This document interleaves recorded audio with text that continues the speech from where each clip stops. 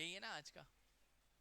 चलो भाई, बहुत ही सिंपल पेपर था अपने लिए, ठीक है, दिमाग लगाने वाला पेपर था। क्वेश्चंस नंबर अगर अपन देख रहे हैं यहाँ पे, क्वेश्चंस की बात कर रहे हैं तो क्वेश्चन ऐसे हैं जो अप्रोचेबल हैं, सोच लगा के आंसर्स आप निकाल सकते हैं ना। और मैक्सिमम बच्चों ने दिमाग लगाया होगा और आंसर सही पहुंच गए होंगे, लॉजिक लगाने वाले क्वेश्चंस भी थे। और एमपीपीएससी भी ऐसे ही आपसे क्वेश्चन बोलता है कि ऑप्शन देखो, एलिमिनेट करो, सही आंसर तक पहुंचो। मैं कुछ चीजें आपको बता भी सकता हूं, ठीक है। जैसे सबसे पहला अपन देख रहे हैं भारतीय ज्ञान परंपरा, जैसा सिलेबस लिखा था बिल्कुल सिलेबस के वर्ड टू वर्ड आपका पेपर बना, बिल्कुल वर्ड टू वर्ड, ठीक है। सबसे पहले वही है भारतीय ज्ञान परंपरा, भारतवर्ष, ठीक है, ये सारी चीजें वैसे ही। तो देखिए सबसे पहले अगर हम बात कर रहे हैं भारतीय ज्ञान परंपरा के संदर्भ में निम्नलिखित में कौन सुमेलित नहीं है, सबसे पहले तो आपको ये पकड़ना चाहिए, जब भी कोई क्वेश्चन हम देख रहे हैं तो लास्ट में जो वर्ड लिखा है सुमेलित नहीं है, हमेशा ध्यान देना चाहिए, क्योंकि बच्चे कई बार गलती यहाँ कर देते हैं। सबसे पहला पॉइंट क्या लिखा है, वेद अपौरुषेय है, मतलब किसी व्यक्ति ने इन्हें नहीं लिखा है, तो अपौरुषेय हैं, ये बात सही है। श्रुति साहित्य है, श्रुति साहित्य मतलब क्या, पहले सुनने की स्मृति, बहुत सुनने की जो याददाश्त रहती ना, सुन के याद हो जाने वाला, तो पहले लोगों में ये वाली क्वालिटीज ज्यादा होती थी, सुनने की शक्ति ज्यादा होती थी, तो क्या हो जाता था, सुन के ही याद हो जाती थी। लेकिन बाद में जब लोगों की स्मृति डाउन होने लगी, मतलब याददाश्त कमजोर होने लगी, तो उसके बाद स्मृति साहित्य का सृजन किया गया। तो ये कौन सी कैटेगरी में आते हैं, श्रुति साहित्य में। तो ये बात भी सही है, तो दोनों बात तो देख रहे हो, एक क्वेश्चन में आपको क्या मिल गए, दो फैक्ट मिल गए, ठीक है।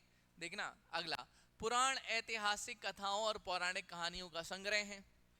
पुराणों में तो कहानियां हैं ही, ठीक है, फलाने फलाने जो पुराण हैं उसमें क्या कहानियां बताई गई हैं। उपनिषद कर्मकांडों का विस्तार है, नहीं, कर्मकांडों का विस्तार कैसे, उपनिषद में तो अपन क्या दिखते हैं, गुरु के समीप बैठकर ज्ञान प्राप्त करना, ठीक है, श्रुति साहित्य में भी इसका भाग है, तो ये कर्मकांडों का विस्तार थोड़ी किया है उपनिषदों ने, ठीक है। तो भैया यहाँ पर ये वाला ऑप्शन हमारा गलत हो गया, जबकि आरण्यक वनवासी ज्ञान ध्यान का स्रोत, लोग क्या करते थे, जंगलों में जाते थे, ध्यान लगाते थे, फोकस करते थे, जंगलों में रह के ध्यान लगा रहे हैं, तो वो कौन से ग्रंथ थे, आरण्यक। तो यहाँ पर ऑप्शन एलिमिनेट हमने किया और यहाँ पर हमारा जो आंसर है वो क्या आ गया, उपनिषदों का विस्तार, ये वाला, ठीक है। तो उपनिषद का अर्थ क्या होता है, गुरु के समीप बैठकर ज्ञान प्राप्त करना, नोट्स बनाना, ठीक है, उपनिषद। तो भैया यहाँ पर आपको ये वाला ध्यान देना था। फिर अपन देख रहे हैं इसमें क्या बात करी गई उपनिषद में, आत्मा, ब्रह्म, मोक्ष, गूढ़ विषयों पर चर्चा करती थी। जैसे कि क्या कहते थे, अहम ब्रह्मास्मि, कहां से आया है, उपनिषद से आया कॉन्सेप्ट है, ठीक है। वसुधैव कुटुंबकम, महाउपनिषद से लिया हुआ कॉन्सेप्ट है, ठीक है। यम और नचिकेता के बीच का संवाद कठोपनिषद से लिया हुआ है। सत्यमेव जयते मुंडकोपनिषद से लिया हुआ कॉन्सेप्ट है, ठीक है। तो ये सारे कॉन्सेप्ट आपको कहां मिल जाएंगे, उपनिषदों में मिल जाते हैं, ठीक है। अब देखो भारतीय ज्ञान परंपरा में निम्नलिखित में से कौन सा ग्रंथ दर्शन शास्त्र से संबंधित नहीं है, भैया फिलॉसफी से, दर्शन शास्त्र से संबंधित नहीं है, कौन सा नहीं है, तो पहले अपन देख रहे हैं ऑप्शन, न्याय सूत्र तो है, ब्रह्म सूत्र भी है, काम सूत्र नहीं है, ये वात्स्यायन ने लिखा हुआ ग्रंथ है, ठीक है। इसमें काम कलाओं के बारे में जानकारी है, ना कि कोई दर्शन के बारे में, ठीक है। सांख्य सूत्र भी है, ठीक है, तो आंसर क्या आ गया हमारा, काम सूत्र। यहां पर अपन देख रहे हैं काम सूत्र वात्स्यायन ने लिखा है, किसने लिखा है, वात्स्यायन ने लिखा है। काम सूत्र प्रेम, सामाजिक संबंधों के विज्ञान पर आधारित है, जबकि अन्य तीन ग्रंथ दर्शन शास्त्र के अंग हैं, ठीक है, फिलॉसफी। अब देखते हैं नेक्स्ट वाला, भारतीय ज्ञान परंपरा में निम्नलिखित में से कौन सा जोड़ा सही नहीं है, ज्ञान परंपरा में कौन सा जोड़ा सही नहीं है, चावार्क दर्शन, चावार्क दर्शन तो भौतिकवाद से संबंधित है ही, चावार्क दर्शन क्या है, भौतिकवाद से संबंधित है। चावार्क क्या कहता है, जब तक जियो सुख से जियो, कर्ज लेकर घी पियो, इसके गुरु कौन माने गए, बृहस्पति, ठीक है। तो भैया ये तो संबंधित है, ठीक है। दूसरा वैशेषिक दर्शन, वैशेषिक दर्शन कारण और परिणाम का विश्लेषण कर रहा है, वैशेषिक दर्शन किसने बताया है, किसने बताया है, कणाद, ठीक है, अणु, कणाद, कारण और परिणाम का। माध्यमिक दर्शन, माध्यमिक दर्शन प्रकृति और पुरुष का विभाजन नहीं करता, बल्कि कौन करता है, सांख्य दर्शन करता है। कौन सा दर्शन करता है, सांख्य दर्शन करता है, प्रकृति और पुरुष, जिसमें प्रकृति को कहता है कि जितने भी जड़ और तत्व हैं वो प्रकृति के अंतर्गत आएंगे और पुरुष के अंतर्गत क्या आएंगे, चेतन तत्व आएंगे। मतलब आत्मा वाले कॉन्सेप्ट किस में आएंगे? पुरुष में। और संसार वाले कॉन्सेप्ट किस में आएंगे? प्रकृति में। ठीक है, तो भैया यहां पर अपन देख रहे हैं माध्यमिक, ये वाला सही नहीं। ठीक है, योग दर्शन समाधि का ज्ञान। योग दर्शन में अंतिम क्या मिलता है आपको? अष्टांग योग में समाधि का ज्ञान। तो भैया यहाँ पर अपन देख रहे हैं माध्यमिक दर्शन जो है वो प्रकृति और पुरुष का विभाजन नहीं, बल्कि किस में आता है? सांख्य दर्शन में। तो माध्यमिक दर्शन क्या है? शून्यवाद, निर्वाण पर आधारित है। माध्यमिक दर्शन किस पे? शून्यवाद, निर्वाण पर आधारित है। अब आप देख रहे हैं आपको मैक्सिमम क्वेश्चन मैंने ऐसे दिए हैं जिसमें एक क्वेश्चन में 5-5 फैक्ट निकल रहे हैं, 4 वो और एक जो हम सही कर दे रहे हैं वो, तो 5 फैक्ट। इसका मतलब अगर मैंने इस पेपर में आपको 30 क्वेश्चन ऐसे ही दिए हैं, 30 क्वेश्चन मैंने गिन के ही दिए, तो 30 पंचे कितने हो गए? 150। तो 150 तो यही हो गए इसी में। और फिर उसके बाद 70, मतलब जो आपका पेपर था वो 220, और जो मैं आपको बता दूंगा तो लगभग 250 से 300 फैक्ट का पहुंच जाएगा डिस्कशन। ठीक है, तो इसलिए आपको ध्यान से सुनना है। चलिए, भारतवर्ष के संदर्भ में कौन सुमेलित नहीं है? तो भैया देखो, भारतवर्ष के संबंध में अगर हम बात कर रहे हैं तो यहाँ पे जम्बूद्वीप, पुराण में भारत का प्राचीन नाम क्या है? जम्बूद्वीप। पुराणों में भारत का प्राचीन नाम क्या है? जम्बूद्वीप। भारत को और भी नाम से जाना गया है, जैसे नाभिवर्ष। जैन ग्रंथों में किस नाम से जाना गया है? नाभिवर्ष। जैन ग्रंथों में नाभिवर्ष के नाम से भी जाना गया है। ठीक है, भारत खंड भरत वंश से संबंधित। ठीक है, भारत खंड किससे संबंधित? भरत वंश से संबंधित, ये भी सही है। आर्यवर्त, आर्यवर्त भैया अगर हम उत्तर भारत की बात करते हैं तो इसको क्या कहते हैं? आर्यवर्त। लेकिन यहाँ क्या लिखा हुआ है? दक्षिण भारत। इसका मतलब ऑप्शन पढ़ो, ठीक से पढ़ो, ठीक से पढ़ोगे राइट आंसर तक पहुंच जाओगे कि हाँ भैया यही गड़बड़ है यहाँ पे। ठीक है, फिर देखो हिंदुस्तान, मध्यकालीन भारत का नाम याद आएगा आपको। जब बाबर था, बाबर आया था, तो बाबर क्या चाहता था? कि उसको हिंदुस्तान पे राज करना है। हिंदुस्तान का अर्थ पहले बाबर ये लगाता था कि उत्तर भारत, उत्तर भारत, बस इतना ही। क्योंकि बाबर ने बाबरनामे में लिखा है कि दक्षिण भारत का सबसे प्रतापी शासक कृष्णदेव राय, तो वो अपने बस राज को कहां सीमित रख पाया? उत्तर भारत तक। तभी उसने जो 4 युद्ध लड़े वो कहां लड़े? ऊपर ही ऊपर लड़े, साउथ में नहीं गया। ठीक है, क्योंकि इसका राज ही करने का इच्छा क्या था? हिंदुस्तान, मतलब वो ऊपर ही समझता था उसको।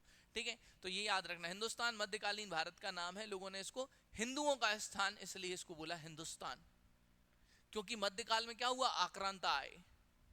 मध्यकाल में अरबी, टर्की आक्रांता, इसलिए उन्होंने बोला हिंदू जहां रहते हैं वो हिंदुस्तान। ठीक है, तो भैया कौन सा गलत है? आर्यावर्त क्या है यहाँ पे? उत्तर भारत होता तो भी सही हो जाता। ठीक है, नेक्स्ट देखो, अगली बात कर रहे हैं भारतवर्ष का उल्लेख सर्वप्रथम किस अभिलेख मिलता है? तो राजा खारवेल का एक शिलालेख है, हाथी गुम्फा शिलालेख, हाथी गुम्फा अभिलेख। इसमें सबसे पहले भारतवर्ष का उल्लेख मिलता है। इसको कैसे लिखा गया है? देखो, उड़ीसा में मिलेगा हमको। ये कहां पर? कलिंग राज या चेदी राज, कलिंग या चेदी के राजा थे। राजा कौन थे? खारवेल, राजा खारवेल। इन राजा खारवेल के हाथी गुम्फा अभिलेख में, जो कि कहां मिलता है? उदयगिरी की गुफा में मिलेगा। उदयगिरी उड़ीसा में, उदयगिरी एक अपने आप ही उदयगिरी विदिशा के पास है।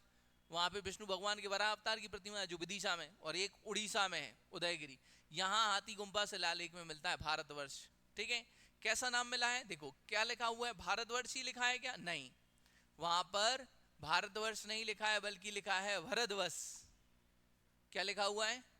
भरतवर्ष। ये भी लिख सकते हैं आप कि भरतवर्ष लिखा है वहां पे। ठीक है, अपने टेस्ट पेपर में नोट कर सकते हो आप। ठीक है, कौन सी भाषा में लिखा हुआ है शिलालेख? प्राकृत भाषा में। एक आईएमपी आपको फैक्ट और मिलेगा, कौन सी लैंग्वेज में? प्राकृत, नहीं तो तुम वहां संस्कृत कर दो। प्राकृत भाषा में भारतवर्ष का क्या रहेगा? भरतवर्ष।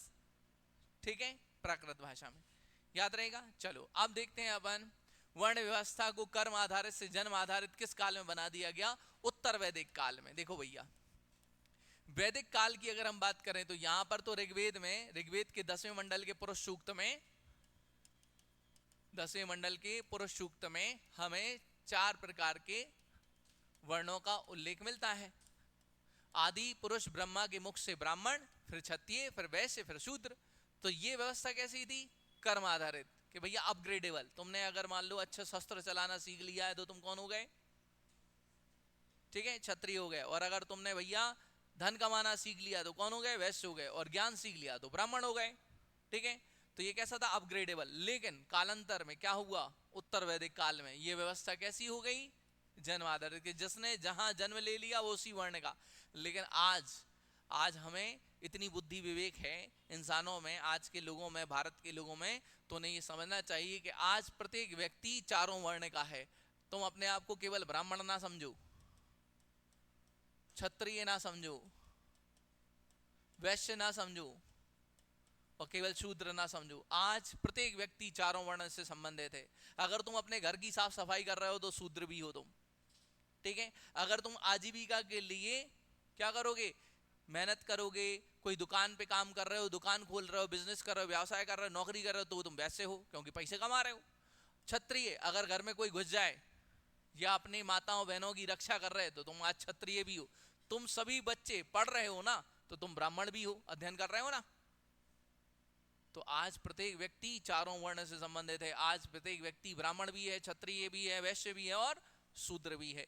तो हमें ये याद रखना है, ठीक है। तो ये व्यवस्था कब, उत्तर वैदिक काल में कैसी हो गई और दृढ़ हो गई और जन्म आधारित हो गई। अब रिजिड हो गए कि जिसने जहां जन्म लिया उसी वर्ण का। मौर्य काल में अगर अपन बात करते हैं तो मौर्य काल में अगर आपको आ जाता तो दास प्रथा प्रचलित थी। दास प्रथा, चंद्रगुप्त मौर्य, चंद्रगुप्त का मौर्य का मामा और चंद्रगुप्त मौर्य स्वयं भी कैसे रहते हैं, दास रहते हैं, याद रखना। फिर गुप्त काल में वर्ण व्यवस्था ब्राह्मणवाद और दृढ़ हो जाती है, ठीक है। और सातवाहन काल में तो वर्ण व्यवस्था में फिर से वर्ण संकर व्यवस्था पर रोक लगाई जाती है। कौन लगाता है, गौतमी पुत्र सातकर्णी कहता है कि जो जिस वर्ण का उसी में रहेगा। इसलिए ब्राह्मणों को खूब दान देते हैं वो लोग सातवाहन काल में। अगर आपको आ जाए तो वर्ण मिश्रणता पे भी रोक लगाया था, किसने, सातवाहनों ने। ये भी याद रखना है आपको, ओके। चलिए नेक्स्ट देखते हैं अगला। निम्न में से कौन सा कथन संस्कारों के संदर्भ में सही नहीं है। देखो भैया, संस्कारों की संख्या है 16। संस्कार व्यक्ति के शारीरिक मानसिक विकास के लिए किए जाते थे। शारीरिक मानसिक विकास, जैसे जैसे एज बढ़ रही है उस हिसाब से संस्कार होंगे और उनका माइंड मेकअप कर दिया जाएगा। जैसे मान लो बच्चों को कहा कि अब तुम्हें पढ़ने के लिए स्कूल जाना है, तो उनके लिए क्या हो गया, उपनयन संस्कार। तो उपनयन संस्कार में क्या करते, बढ़िया यज्ञोपवीत किया, जनेऊ उदाहरण करवाया कि अब तुम्हारा स्कूल जाना है। ऐसे आजकल हम लोग बच्चों के लिए क्या करते हैं, स्कूल बैग दिलवाया, उनको यूनिफॉर्म लेके आए, शूज लेके आए, बॉटल लेके आए। बच्चों से कहा बेटा कल से स्कूल जाना है। बच्चे का माइंड में कब होगा, मैं स्कूल जाऊंगा। शुरुआत में बच्चा खूब एक्साइटेड रहता है, स्कूल जाऊंगा स्कूल जाऊंगा। 2-3 जाने के बाद नहीं मैं नहीं जाऊंगा, ठीक है। माइंड मेकअप किया जाता है, उसको क्या करें, उपनयन संस्कार। चेंज हुआ आज, पहले ऐसा होता था। जैसे एक लड़के से बोल दिया जाए भैया उसका विवाह करवा रहे हैं, तो जैसे मान लो ये लड़का है अपने घर में खूब हंसी मजाक करता है, माताओं बहनों से खूब मजाक कर रहा है अपने, ठीक है। लेकिन जैसे इसका विवाह हो जाएगा और फिर मजाक करने जाएगा, मम्मी के थोड़ी शर्म खाओ, शादी हो गई अब तुम्हारी, अब ऐसी हरकतें शोभा नहीं देती तुम्हें, थोड़ा मेच्योर होकर जिम्मेदारी लो। माइंड मेकअप होता है ना। तो शारीरिक और मानसिक रूप से क्या करते हैं इसको, ठीक है। तो ये दोनों सही। दूसरा, कुल संस्कारों की संख्या 16, बिल्कुल सही। विवाह संस्कार केवल ब्राह्मण वर्ग के लिए, अच्छा ऐसे मत करो, हैं देखो सब मुस्कुरा रहे हैं, ऐसा मत करो, सबके लिए रखो, है ना। तो विवाह संस्कार सबके लिए था, ये ऐसा नहीं था कि केवल ब्राह्मण, नहीं तो फिर ऐसी जनसंख्या कैसे आगे बढ़ती है ना, ठीक है। चलो, अंत्येष्टि संस्कार मृत्यु की बात किया जाता है, ये बिल्कुल सही है, ठीक है। तो बस क्लियर, आगे देखते हैं। नेक्स्ट है, भारतीय वैदिक परंपरा में ऋत का निम्नलिखित में से कौन सुमेलित नहीं है। तो भैया ऋत देखो बहुत ही सिंपल है। सबसे पहले देख रहे हैं ऋत ब्रह्मांडीय व्यवस्था और सत्य के नियम है। ऋत ब्रह्मांडीय व्यवस्था और सत्य के नियम है। जैसे तुम लोग बोलते हो ना यूनिवर्सल ट्रुथ, क्या होता है यूनिवर्सल ट्रुथ, कि सूर्य पूर्व से उदय होता है और पश्चिम में ढलता है ना। तो जैसे वरुण के संयोगी हैं कौन, सूर्य और मित्र। सूर्य की संयोगी है उषा। उषा क्या करती है, सूर्य को रास्ता देती है कि सुबह जल्दी जल्दी आओ सूर्य आओ, रास्ता देती है। तो ये कौन है, ऋत। ये ऋत के कौन है, देवता। जैसे ऋत के प्रमुख देवता कौन है, वरुण। ऋत का दारमदार किसको दिया गया, वरुण को दिया गया है, ठीक है। तो सबसे पहले अपन क्या देख रहे हैं, ब्रह्मांडीय व्यवस्था।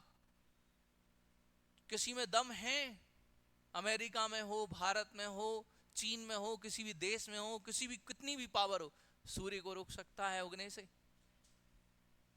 दिन निकलना था अपना भी निकला, किसमें दम है कि सूरज बुझाए। किसी में दम है सूरज बुझाने की। कोई दीपक बुझा सकता है, लाइट बुझा सकता है, किसी की बत्ती बुझा सकता है, लेकिन सूरज बुझा सकता। तो क्या है, ब्रह्मांडीय व्यवस्था है, सत्य का नियम है।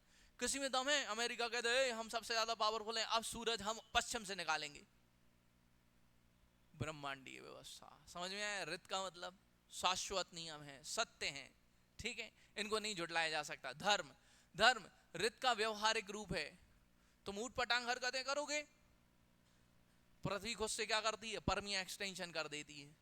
5 बार प्रलय हो चुकी है विज्ञान की लैंग्वेज में, परमीय एक्सटेंशन। और अपन लोग कहते हैं क्या, हमारे 3 भगवान, GOD, generator, operator, destroyer. Generate करने वाले ब्रह्मा जी, ऑपरेट करने वाले विष्णु जी, और डिस्ट्रॉय करने वाले शिवा। तीसरी आंख खोल दी, प्रलय खत्म। साइंस क्या कहता है इसे, परमीय एक्सटेंशन, 5 बार प्रलय। सोच के देखो।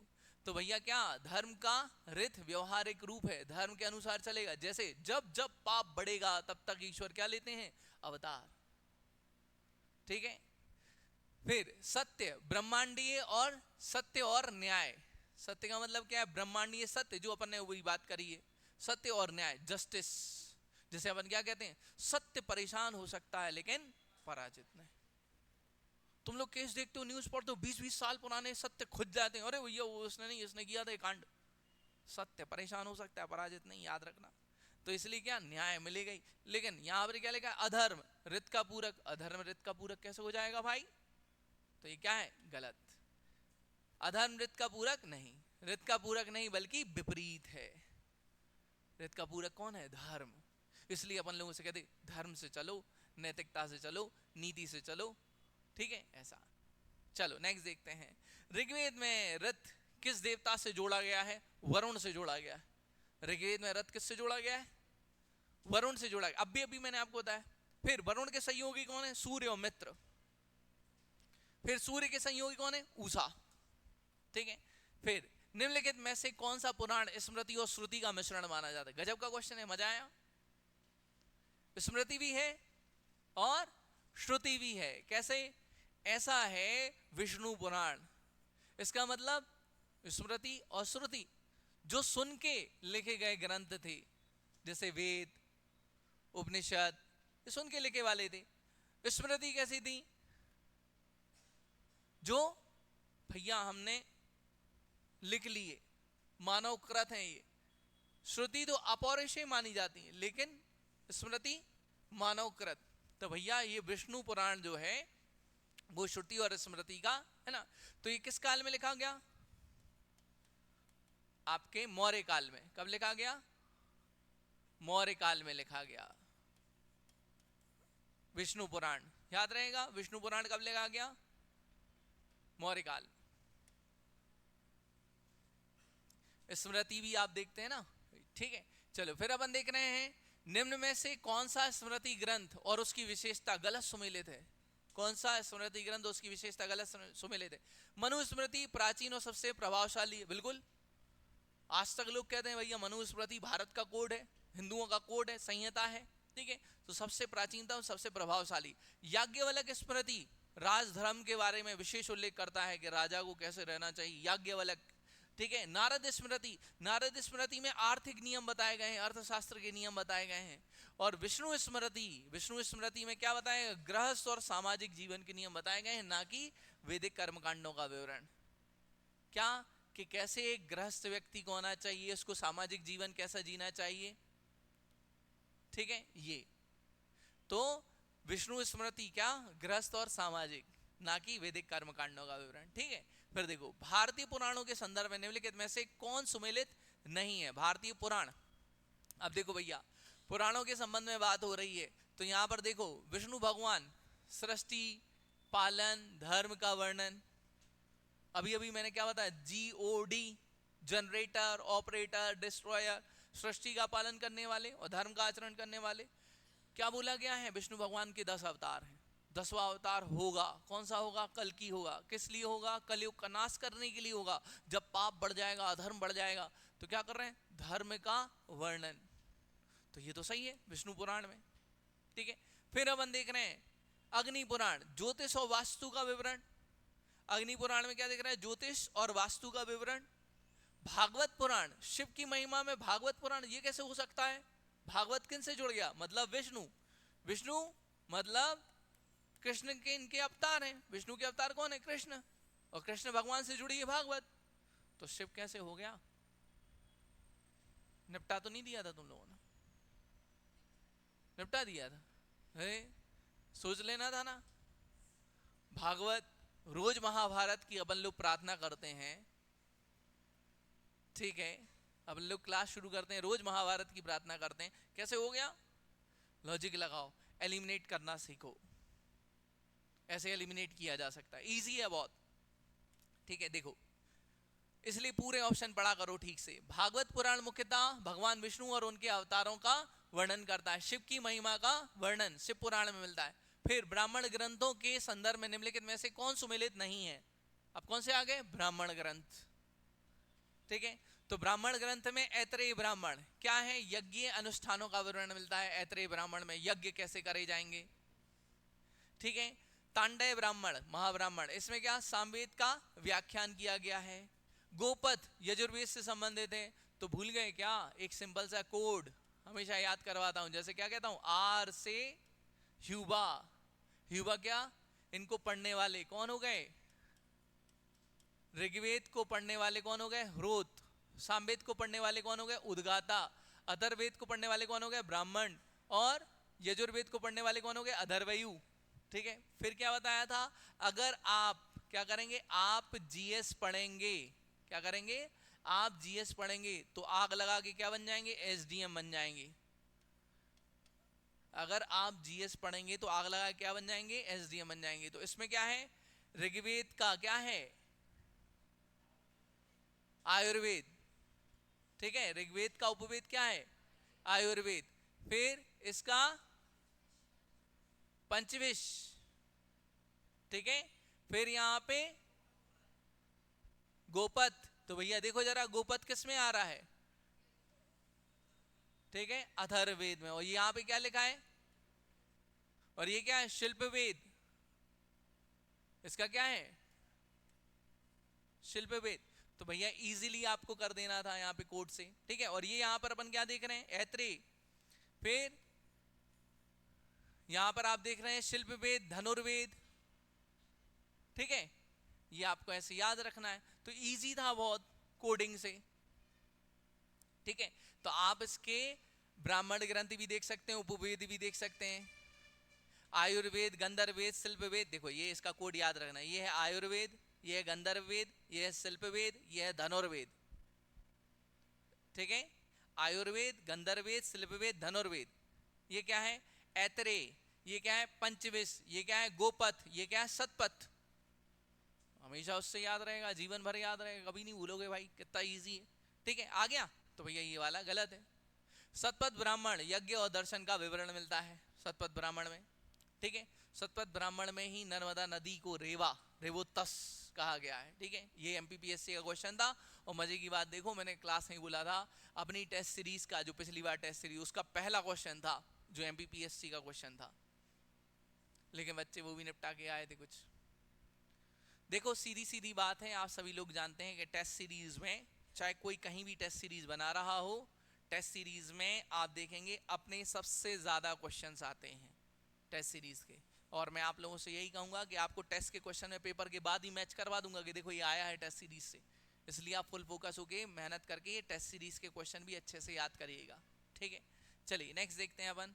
अगला क्वेश्चन है, निम्नलिखित में से कौन सा ब्राह्मण ग्रंथ उसका सब उससे संबंधित वेद गलत सुमेलित है? तो देखो भैया, अभी अभी अपन ने कुछ बात करी ब्राह्मण ग्रंथ की, ठीक है। तो यहां पर देखो भैया, यहां पर अपन को फिर से मिल गया। तो तैत्तिरीय ब्राह्मण कृष्ण यजुर्वेद से संबंधित है, सही, ठीक है। फिर पंचविश अभी अभी अपन ने बात करी थी, सामवेद से संबंधित है, सही।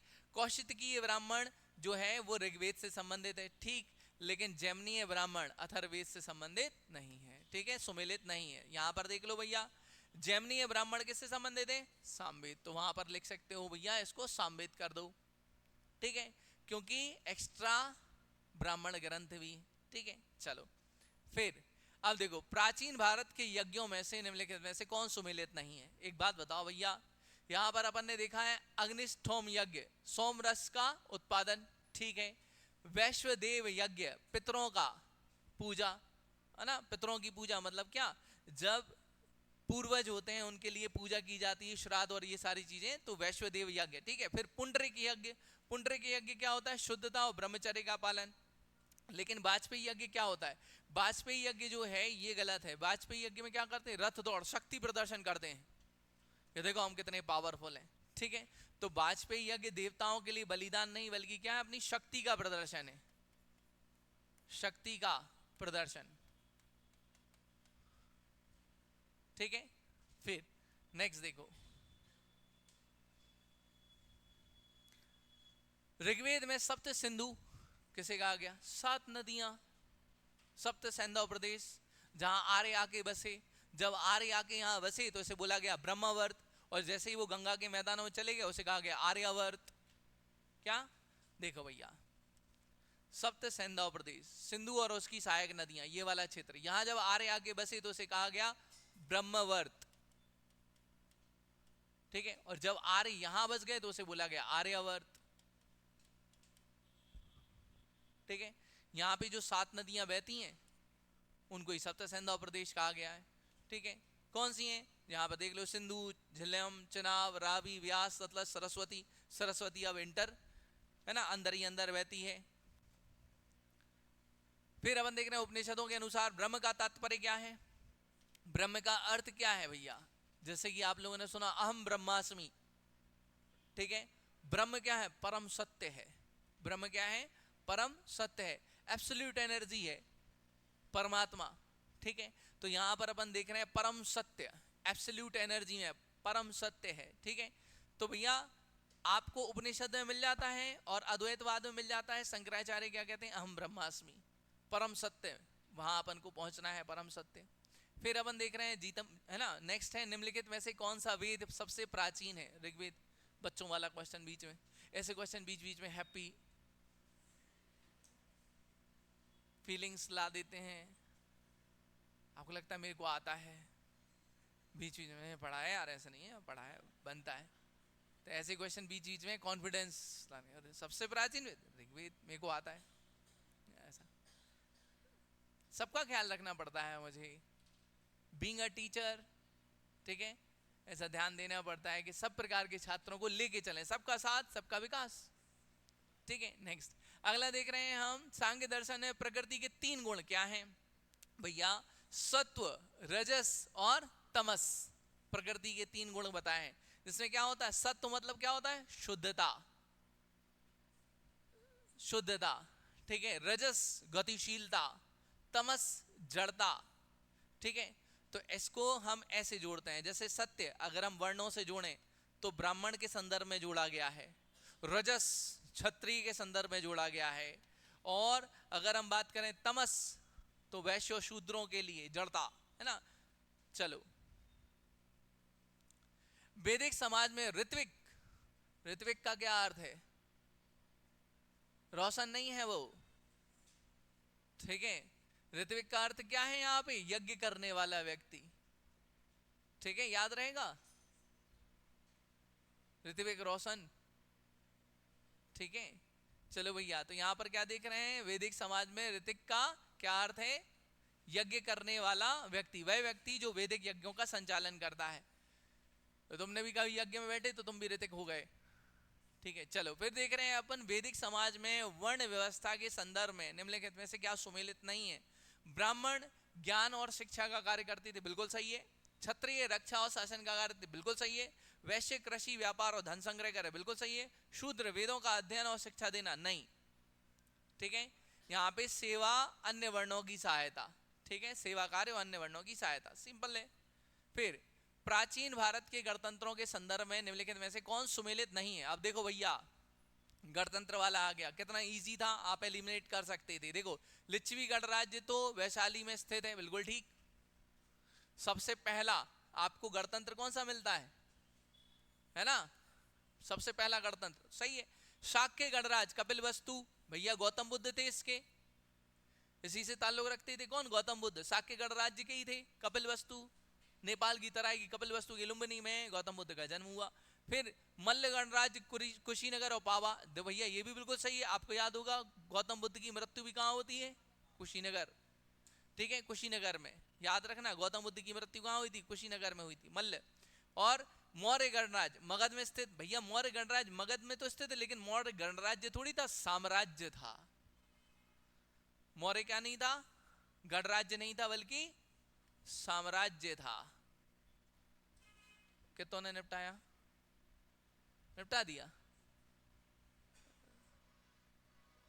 अरे यार,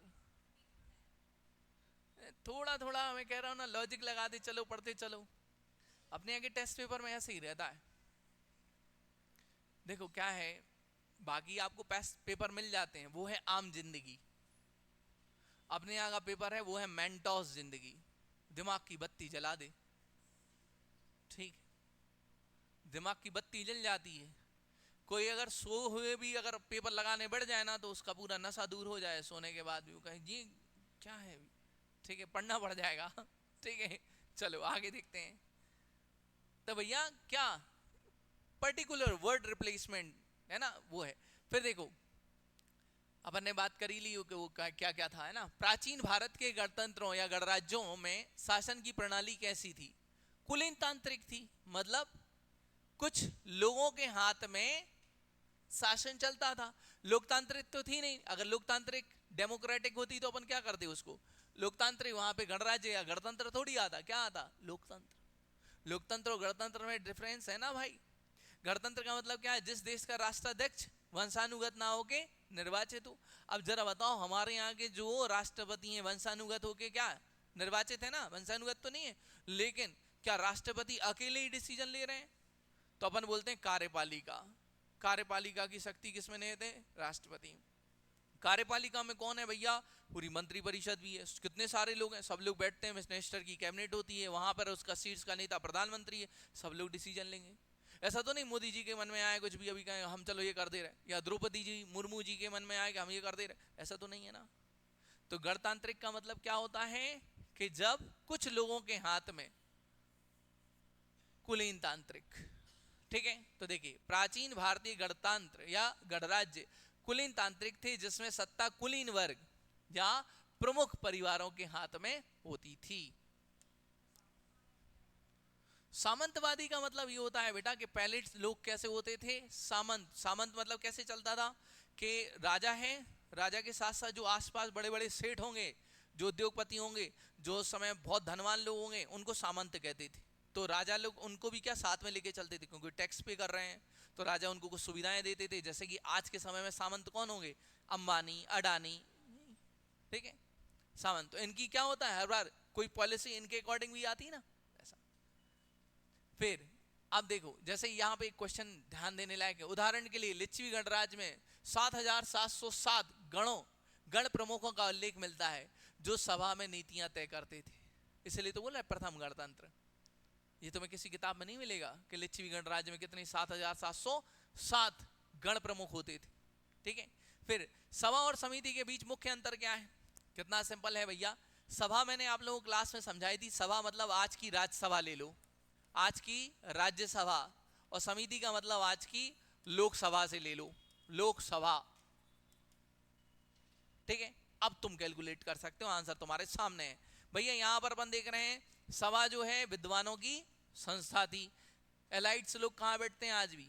राज्यसभा में। जो 12 लोगों का मनोनय करता है राष्ट्रपति, वो सब कैसे होते हैं? कला, विज्ञान, समाज सेवा, ऐसे क्षेत्रों से लेके जाते हैं। 101 लोग रहते हैं। समिति जनसाधारण की सभा। लोकसभा में कैसे रहते हैं लोग? सामान्य। लोकसभा में कैसे रहते हैं?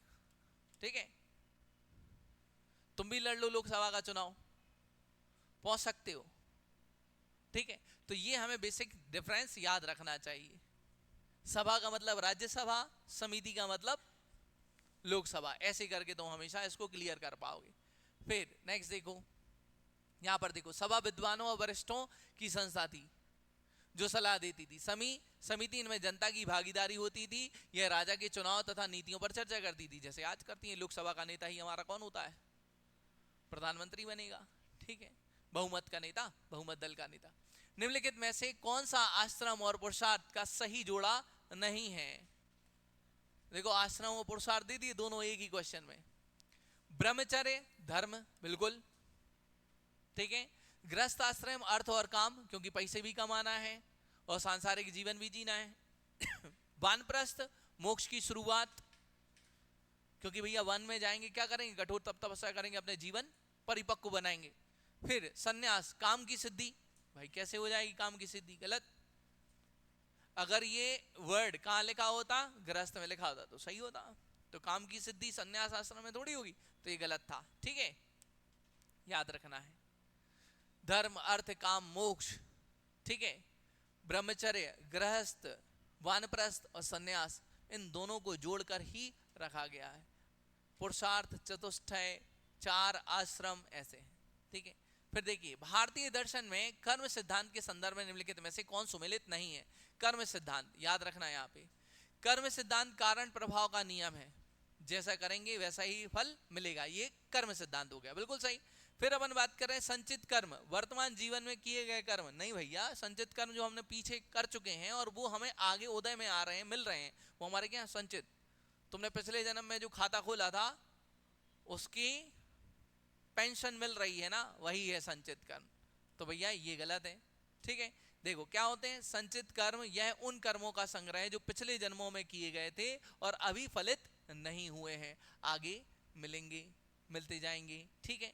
फिर देखो प्रारब्ध पूर्व जन्म का संचित कर्म, प्रारब्ध क्या होता है, पूर्व जन्म में जो करे थे संचित कर्म जो इकट्ठे करे थे वो क्या कहलाता, प्रारब्ध। ये क्या हो गया, मिलना शुरू हो गया, जन्म हुआ मिलना शुरू हो गया, तो कैसे याद रखो, प्रारब्ध प्रारंभ। फिर क्या है क्रियमाण कर्म, वर्तमान में अब जो कर रहे हो, जैसे कि तुम अभी मेहनत कर रहे हो, क्रियमाण अभी पढ़ रहे हो, इसका प्रतिफल तुम्हें मिलेगा, सिलेक्शन, ये क्रियमाण हो रहा है, समझ गए। चलो नेक्स्ट देखते हैं। अगला है निम्नलिखित में से कौन सा कथन आश्रम व्यवस्था के संदर्भ में सही नहीं है। तो आश्रम व्यवस्था व्यक्ति के जीवन को चार भागों में विभाजित कर दी, हाँ भैया कौन कौन से, ब्रह्मचर्य गृहस्थ वानप्रस्थ सन्यासी, ठीक। गृहस्थ आश्रम को सबसे अधिक महत्वपूर्ण माना गया, हाँ भैया क्यों, क्योंकि ये पूरे ऋणों से मुक्त यही करवाएगा, गृहस्थ आश्रम में रह के हम पूरे यज्ञ कर लेंगे, पूरे ऋणों से मुक्त हो जाएंगे। सन्यास आश्रम में संसारिक और पारिवारिक दायित्व को निभाए, भैया सन्यास काय को ले रहे, हाँ आजकल के बाबा जी जरूर हैं जो आजकल टीवी पे चल रहे हैं भरपूर, अपने आप को साधु संत महात्मा भी कह रहे हो, भरपूर जीवन का आनंद भी ले रहे, कारों में घूम रहे हैं, 2-2 ढाई लाख के पर्स लेके घूम रही है महारानी, ठीक है। तो तुमसे कहते हैं माया छोड़ दो, देखो बड़ी चालबाजी और जालसाजी चलती है आजकल, कथावाचक रहते हैं बहुत से एक एक्सपर्ट, तो जैसे ही कोई धार्मिक मार्ग में प्रकरण आता है 2 कलर के रुमाल रखे रहते, ठीक है। जैसे मान लो कोई ऐसा आया जिसमें वियोग हो रहा है, कोई जा रहा है कोई, तो क्या करते हैं तुरंत लाल वाला रुमाल उठाया, उसमें लगा रहता बाम, झंडू बाम, और जैसे ही वो प्रकरण आया जिसमें थोड़ी सी मार्मिकता वो वाला है, तो क्या किया ऐसे अब बाम लगाओ आंखों में, क्या होगा, भड़बड़ भड़बड़ आंसू, तुम्हें लगेगा यार इतनी शिद्दत से कथा सुनाती हैं, ठीक है। और बाकी नहीं तो नॉर्मल सफेद वाला रहता ही है पहुंचने के लिए, ऐसा है, ठीक है। बड़े खेल चल रहे हैं आजकल, तुम्हें पता ही नहीं चल रहा, सब कह रहे हैं सब मोमा है, सब त्याग दो, सब छोड़ दो यहीं, ठीक है। तो बहुत बड़े बड़े गेम हो रहे हैं बेटा, समझो, नहीं तो कोई बाबा आएगा और कहेगा MPPSC निकालना, समोसे के साथ लाल चटनी खा हो जाएगा, एक से एक कलाकार है बेटा, ठीक है। एनीवे तो यहां पर अपन देख रहे हैं निम्नलिखित में से कौन सा कथन आश्रम व्यवस्था के संदर्भ में सही नहीं है। तो पहला वाला तो सही है, 4 भागों में बटा हुआ है, गृहस्थ आश्रम में पूरे ऋण और उससे मुक्ति मिल जाएगी, सन्यास आश्रम में सांसारिक और पारिवारिक दायित्वों को निभा जाता है, तो भैया इसमें नहीं, इसमें तो सबको छोड़ जाते हैं अपन। वानप्रस्थ आश्रम में, वानप्रस्थ आश्रम का उद्देश्य समाज के प्रति योगदान देना है, क्यों, क्योंकि भैया हम जब वानप्रस्थ जंगल में चले जाते हैं तो अपने आप क्या करते हैं, तब तपस्या, जिससे हम ज्ञान सीख पाए, और ज्ञान सीखने के बाद लोगों को उसका, तो तब आप देखते हैं ऋषि मुनि आते हैं, पहले तो वो कहाँ है, गांव में या जंगलों में बैठे हुए तपस्या कर रहे हैं, उनके पास जाकर कुछ सिखा दो, बताओ महाराज कोई मंत्र दो, ठीक है, तो क्या गलत है, ये वाला गलत है। चलिए नेक्स्ट देखते हैं अगला, भारतीय उपनिषदों के संदर्भ में निम्नलिखित में से कौन सुमेलित नहीं है। तो भैया यहाँ पर अपन देख रहे हैं बहुत इजी, ईश उपनिषद जो है आत्मा और ब्रह्म का संबंध बताता है, ईश उपनिषद उपनिषदों के संदर्भ में। कठोपनिषद जो यमराज और नचिकेता के बीच की कथा है, कहानी मैंने क्लास में कई बार सुनाई है आपको, यमराज और नचिकेता के बीच में क्या बात हुई।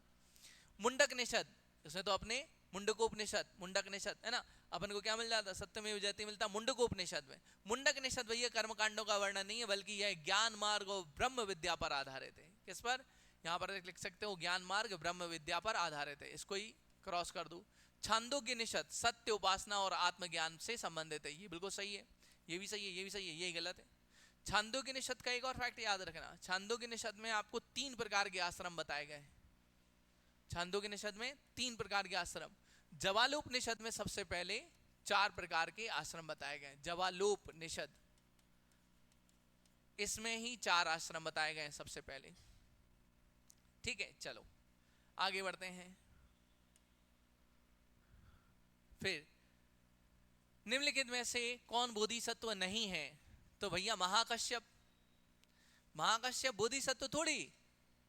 देखो मंजूश्री हैं, अवलोकितेश्वर हैं, समंतभद्र हैं, महाकश्यप नहीं है। ये तो एक बौद्ध संघ के एक प्रमुख व्यक्ति थे, महापुरुष थे, लेकिन बोधिसत्व नहीं थे। देखो कैसे, बोधिसत्व वे हैं जो अपनी बोधि ज्ञान प्राप्ति के लिए समर्पित है, दूसरों की सहायता कर रहे हैं, उन्होंने अपने निर्वाण को विलंबित कर दिया है। महायान से संबंधित शाखा है बोधिसत्व, जो बुद्ध बनने के मार्ग पे हैं और उन्हें जो ज्ञान है वो दूसरों को देने लग गए, तो उन्हें बोधिसत्व कहते हैं, जो बुद्ध बनने के मार्ग पे हैं। ठीक है, जबकि बाकी अपन देख रहे हैं ये सब तो हैं, ये और ये कौन नहीं है, महाकश्यप। देखो वह बुद्ध के प्रमुख शिष्यों में से एक थे, ठीक है, और ध्यान के लिए प्रसिद्ध थे महाकश्यप। ठीक है, मंजूश्री, अवलोकितेश्वर, समंतभद्र, ठीक है, ये सब कौन है, बोधिसत्व माने जाते हैं। निम्नलिखित में से कौन तीर्थंकर का प्रमुख चिन्ह सुमेलित नहीं है। ऋषभ देव जी का तो सबको याद था, बैल का चिन्ह पहले तीर्थंकर है। 24वें तीर्थंकर महावीर स्वामी सिंह का चिन्ह है। 23वें तीर्थंकर पार्श्वनाथ सर्प नाग का चिन्ह है। नेमिनाथ का तोता का चिन्ह नहीं है, बल्कि इनका प्रतीक चिन्ह क्या है, ठीक है, शंख है। क्या है, शंख, नेमिनाथ, अरिष्ट नेमी। ठीक है, चलिए आगे देखते हैं। निम्नलिखित में से कौन सा शास्त्रीय नृत्य उसकी विशेषता गलत सुमेलित है। शास्त्रीय नृत्य देखो, भरतनाट्यम तमिलनाडु, उसमें जो मुद्रा होती खड़े होने की वो क्या होती, एराई मंडी, ऐसे ऐसे खड़े होते हैं, एराई मंडी। ठीक है, तो उसको क्या कहते हैं भैया, भरतनाट्यम में एराई मंडी, ये तो बिल्कुल सही है। फिर मोहिनीअट्टनम, मोहिनीअट्टनम की क्या, सूची मुद्रा, मोहिनीअट्टनम की क्या, सूची मुद्रा। मणिपुरी, मणिपुरी की खनिंग, ठीक है, ये बिल्कुल सही मुद्रा। ये ओडिसी की है, मधुमक्खी के फूल पर मंडराने वाली मुद्रा। ओडिसी में मैंने आप लोगों को 2 मुद्राएं पढ़ाई थी, एक पढ़ाई थी त्रिभंग, जो यूपीएससी ने पूछा था प्रीलिम्स में। त्रिभंग में क्या होता, 3 ओर से ऐसा, गर्दन इधर है, कमर इधर है, पैर इधर है, त्रिभंग। और एक क्या बताई थी, मधुमक्खी मंडराने वाली, ऐसे। ठीक है, तो ये कौन सी है, यहाँ पर कथकली नहीं, क्या आना चाहिए था इधर, ओडिसी, तो ये वाला आंसर है अपना। ठीक है, जबकि कथकली में पुरुष पात्रों की विशेष खड़े होने की स्थिति होती है। कथकली में रंग बिरंगे वो कलर करके आते हैं, उसमें आपको बताया था कथकली में हरा रंग देवताओं के लिए, काला और लाल रंग किसके लिए, थोड़े जो ऐसी बुरी आत्मा या बेकार लोग होते हैं ना, उनके लिए कैसा, काला और लाल रंग, हरा रंग देवताओं के लिए, शुद्ध आत्माओं के लिए, ऐसा। चलिए नेक्स्ट देखते हैं अगला। निम्नलिखित में से कौन सी लोक चित्रकला और उसके क्षेत्र गलत सुमेलित हैं। देखो मधुबनी तो मिथिला की है, बिल्कुल सही है। कालीघाट चित्रकारी, अब नाम से समझ में आया, काली, काली माँ कहाँ, कोलकाता, पश्चिम बंगाल, ये भी सही है। बनीठनी, झारखंड कहाँ से आ गई, बनीठनी कहाँ मिलेगी अपन को, राजस्थान मिलेगी। पट्टचित्र, उड़ीसा। ठीक है, और अगर कलमकारी आ जाती तो आंध्र प्रदेश। कलमकारी, कलमकारी वाली चित्रकला यूपीएससी प्रीलिम्स में आ चुकी है, पेपर उठा के चेक कर लीजिएगा, उस दिन भी आपको यही बताया था मैंने। ठीक है, नेक्स्ट देखो। निम्नलिखित में से कौन सी शास्त्रीय भाषा और उसका घोषणा वर्ष गलत सुमेलित है। तो सबसे पहला तो भैया अपन देख रहे हैं क्या, तमिल को घोषित किया गया था 2004 में। ठीक है, फिर अपन देख रहे हैं उड़िया को 2014 में, मलयालम को 2013 में, तेलुगु जो है इसको 2008 में किया गया था। और भैया इसके बाद हम देख रहे हैं 2024 में पाली, प्राकृत, ठीक है, और पारसी, इन भाषा को भी शामिल कर दिया गया है 2024 में। पाली, प्राकृत, ठीक है, और पारसी 2024 में। बतुकम्मा गाना भी सुनना तुमने अल्लू अर्जुन का, बटुकम्मा बटुकम्मा, सुना है? वही तो भैया बटुकम्मा त्योहार जो है वो कहाँ मनाया जाता है? तेलंगाना में। ये फूलों का उत्सव है, बेहतरीन, नवरात्रि के समय मनाया जाता है। और इसमें भैया मंदिरों में फूलों की बेहतरीन सजावट करती हैं महिलाएं। याद रहेगा अल्लू अर्जुन का, अब तुम जब भी गाना सुनोगे वो वाला बतुकम्मा बतुकम्मा, तुम्हें याद आएगा, अरे भैया ये तो सर ने बताया था, तेलंगाना। ठीक, नेक्स्ट देखो, सप्तक, 7 सुरों की परिभाषा में निम्नलिखित में कौन सही नहीं है? 7 सुर का उल्लेख कहाँ है भैया? सामवेद में दिया है। तो देखो, सा से क्या है? षडज, रा से ऋषभ, गा से गंधार, धा से धैवत है ना भाई, धा से क्या है? धैवत, ठीक है। सा रे गा मा पा धा नी सा, ठीक है। मा से मध्यम, पा से पंचम, और नी से निषाद, ठीक है। डी ऑप्शन लगाना था। फिर अपन देख रहे हैं निम्नलिखित में से कौन सा ग्रंथ और उसका रचयिता गलत सुमेलित है? देखो भैया, ऋतु संहारम कालिदास बिल्कुल सही है, मुद्रा राक्षस विशाख दत्त बिल्कुल सही है, नीति सार विष्णु शर्मा की नहीं है, बल्कि किसकी है? कामंदक की है, ठीक है, किसकी है? कामंदक की है। विष्णु शर्मा ने क्या लिखा है? पंचतंत्र, ठीक है। मृक्षकटिकम किसकी है? शूद्रक की है। सारे आ चुके हैं एमपीपीएससी में, ये सारे आ चुके हैं, ऋतु संहारम, मुद्रा राक्षस, मृक्षकटिकम, ये सब आ चुके हैं एमपीपीएससी में भैया। पंचतंत्र भी आ चुका है एमपीपीएससी, सब आ चुके हैं। फिर नेक्स्ट देखो, निम्नलिखित में से कौन सा ग्रंथ लेखक और समकालीन शासक सुमेलित हैं? सुमेलित हैं, ठीक है, सॉरी सुमेलित नहीं है ना, यहाँ पे थोड़ा सा गलत सुमेलित है ना, माफ करना, सुमेलित गलत सुमेलित है, वर्ड को थोड़ा सा देख लेना, ठीक है। तो भैया रहला लिखी तो इब्न बतूता ने है, मूर्ख को यात्री था, इब्न बतूता, बगल में जूता, पहने तो करता है चुर्र, ठीक है। तो भैया ये इब्न बतूता कहां से आया था? मूर्ख को यात्री था, लेकिन किसके टाइम पे आया था? एमबीटी, मोहम्मद बिन तुगलक के टाइम पे आया था, इल्तुतमिश नहीं है। किसके टाइम पे आया था? एमबीटी। और एमबीटी ने से अपना दूत बनाकर कहां भेज दिया था? चीन, ठीक है, याद रहेगा। मूर्ख को यात्री, इब्न बतूता, रहला, ये भी एमपीपीएससी में आ चुका है भाई। तो देखो कुछ बच्चों ने, कितने बच्चों ने गलत किया, निपटाया? हाँ, अब देखो तुम लोगों को हुआ है नजर का धोखा, इतने सारे बच्चों ने निपटाया ना, इस वाली विंग के तो सारे नहीं हाथ उठा दिया, हमने निपटाया हमने निपटाया। इन लोगों को हुआ है नजर का धोखा। कैसे नजर का धोखा? इनने कहा इब्न बतूता और रहला सबसे पहले, ये तो सही है, आगे नहीं देखा, यहाँ चचा बदल गए थे, ठीक है, यहाँ कौन बदल गए थे? चचा बदल गए थे, यहाँ इल्तुतमिश की जगह एमबीटी होना था, तब तो सही था। तो भैया बहुत सिंपल था। तारीख हिंद अलबरूनी महमूद गजनबी की टाइम है ना, ताज उल मासिर हसन निजामी कुतुबुद्दीन ऐबक, तबकात नासरी मिनाजुस सिराज इल्तुतमिश। ये मिनाजुस सिराज वही है जिसने लिखा था रजिया के लिए कि रजिया के पतन का कारण उसका महिला होना था, ठीक है। फिर ये जो इल्तुतमिश है ना, ये वाले चाचा, इनने अलबरूनी है ना, ये सॉरी ये तारीख हिंद अलबरूनी जिनने लिखी 80 अध्यायों की पुस्तक है, इसमें तात्कालीन भारत की सामाजिक राजनीतिक सारी स्थिति का वर्णन किया है इन्होंने, है ना, महमूद गजनबी के समय के। चलो फिर देखते हैं नेक्स्ट, निम्नलिखित में से कौन सा ग्रंथ और उसका लेखक गलत सुमेलित है? तो देखो, माई एक्सपेरिमेंट विद ट्रुथ तो सही है, महात्मा गांधी का, ये तो सही है भैया, है ना, मेरे जीवन में सत्य के प्रयोग जो भी हैं, ठीक है। और हिंदू स्वराज भी महात्मा गांधी ने लिखी। Discovery of India Jawaharlal Nehru ने जेल में लिखी। इंडिया विंस फ्रीडम, ठीक है, यहां पर कौन है? अबुल कलाम आजाद द्वारा लिखी गई है इंडिया विंस फ्रीडम, ठीक है, राजेंद्र प्रसाद द्वारा नहीं, ठीक है, याद रहेगा, okay. Unhappy India Lala Lajpat Rai ने लिखी, ये भी सही है, ओके। चलो तो ये याद रखना है हमें भैया। नेक्स्ट देखो, कीर्तार्जुनियम का लेखक कौन था? भारवी।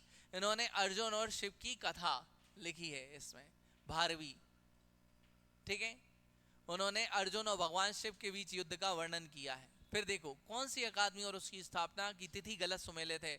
साहित्य अकादमी जो है ना बेटा, वो 12 मार्च को 1954 में स्थापित हुई है।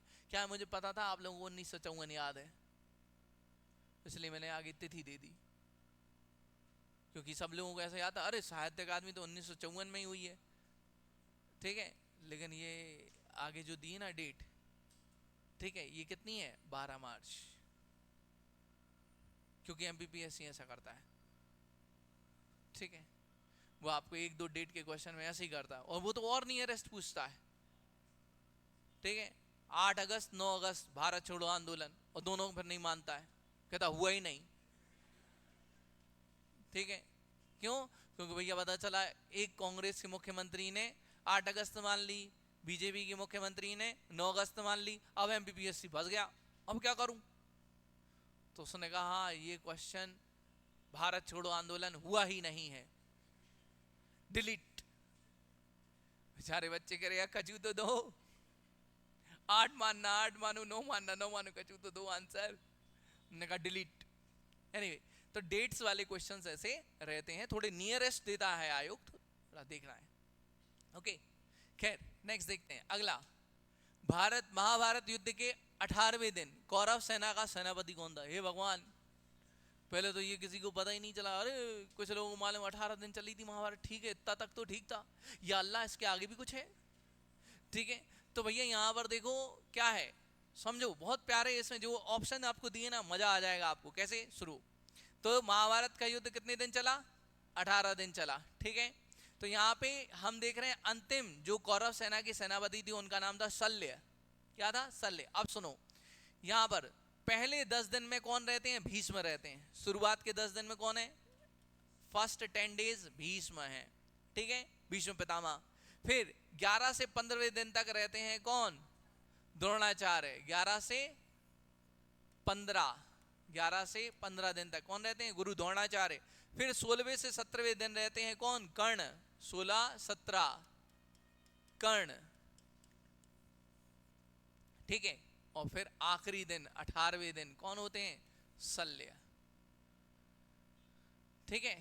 और अश्वत्थामा को तो आप जानते ही हैं, द्रोणाचार्य के पुत्र जिन्हें भगवान श्री कृष्ण ने श्राप दिया था, ठीक है, कि कलयुग के अंत तक, ठीक है। तो वो आपने फिल्म में भी देखा होगा, क्या असीरगढ़ में मंदिर भी है अश्वत्थामा जी का, है ना। तो सीताध्यक्ष का कार्य क्या था, ऐसा माना जाता है कि जो अश्वत्थामा है ना, उन्होंने पृथ्वीराज चौहान को शब्द भेदी बाण सिखाए थे चलाना, ऐसा माना जाता है।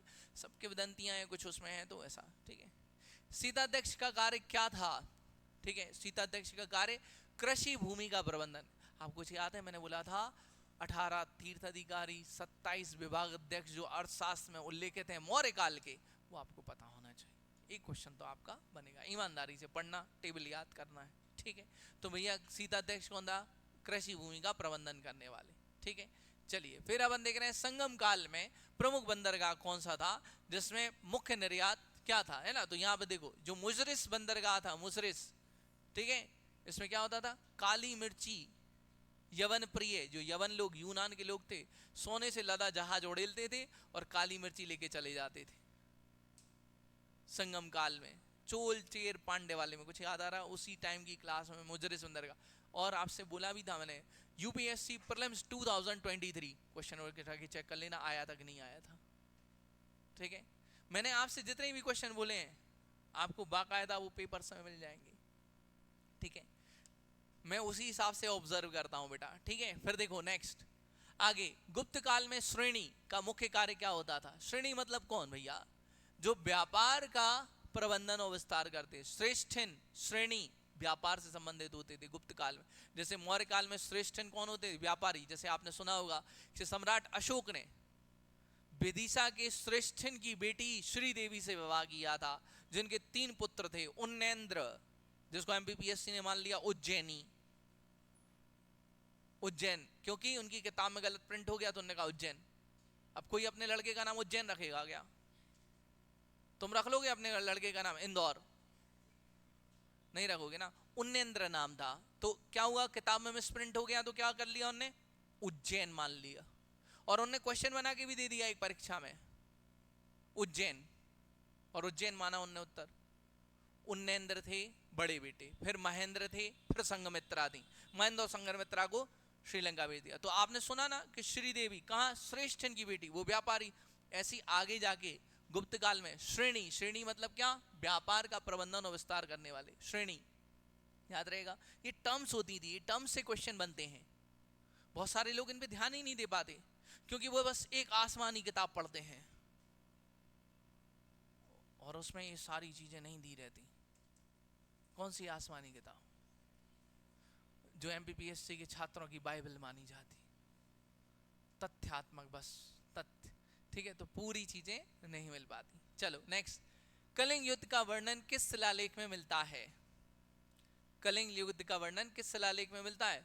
तो भैया तुमने कहा ए भगवान 13वां तो देखा ही नहीं रहा इसमें, 13 ही ढूंढ रहे थे ना, तो ठीक है। धौली शिलालेख किसे मिलता है? धौली शिलालेख उड़ीसा में सम्राट अशोक के कलिंग युद्ध की घटना का उल्लेख है। कलिंग युद्ध 13वें शिलालेख में मिलता है। नंबर अगर देखें तो 13 और वैसे देखें तो धौली, ठीक है। इसमें क्या हुआ, जैसे युद्ध हुआ, कलिंग का युद्ध हुआ, अनंतनाथन या नंदराज, कई किताबों में अनंतनाथन, कई किताबों में नंदराज, अशोक के साथ युद्ध हुआ। युद्ध होने पे क्या हुआ, कलिंग हार गया, लगभग 1.25 लाख लोग मारे गए, इतने ही निर्वासित हुए। दया नदी के किनारे युद्ध लड़ा गया था। कौन सी नदी किनारे? दया नदी के किनारे लड़ा गया था, ठीक है। इसके बाद अशोक का हृदय परिवर्तन होता है, बौद्ध भिक्षु उपगुप्त से दीक्षा ले लेता है बौद्ध धर्म की, और धम्म का अनुसरण करना शुरू कर देता है, याद रहेगा। चलो फिर देखते हैं, नर्मदा नदी पर हर्षवर्धन की पराजय का मुख्य कारण क्या था? तो भैया अपन देख रहे हैं पुलकेशिन द्वितीय की सैन्य कुशलता, पुलकेशिन द्वितीय की सैन्य कुशलता, नर्मदा नदी का युद्ध। पुलकेशिन सेकंड चालुक्य वंश का शासक था, जिसने हर्षवर्धन को नर्मदा नदी के युद्ध में हरा दिया था। इसका उल्लेख मिलता है कहां? रवि कीर्ति के एहोल प्रशस्ति लेख में, ठीक है। विक्रम संवत किस वर्ष प्रारंभ हुआ? 57 ईसा पूर्व। अगेन बीच बीच में ऐसे क्वेश्चन की हवा चलती रहनी चाहिए। मेरे को आता है, मुझे आता है, ऐसे चलती रहना चाहिए। क्या? विक्रम संवत 57 ईसा पूर्व। जबकि अगर मान लो अपन बात करते कौन सा, शक संवत कनिष्क वाला, तो 78 आ जाता भाई। और अगर अपन बात करते कौन सा, गुप्त संवत, तो 320-21 में कौन सा आ जाता? जो चंद्रगुप्त विक्रमादित्य, जो चंद्रगुप्त प्रथम ने चलाया था, 320। और यहां पर अगर अपन देखते तो कौन सा आ जाता? यहां पर हिजरी संवत, ठीक है।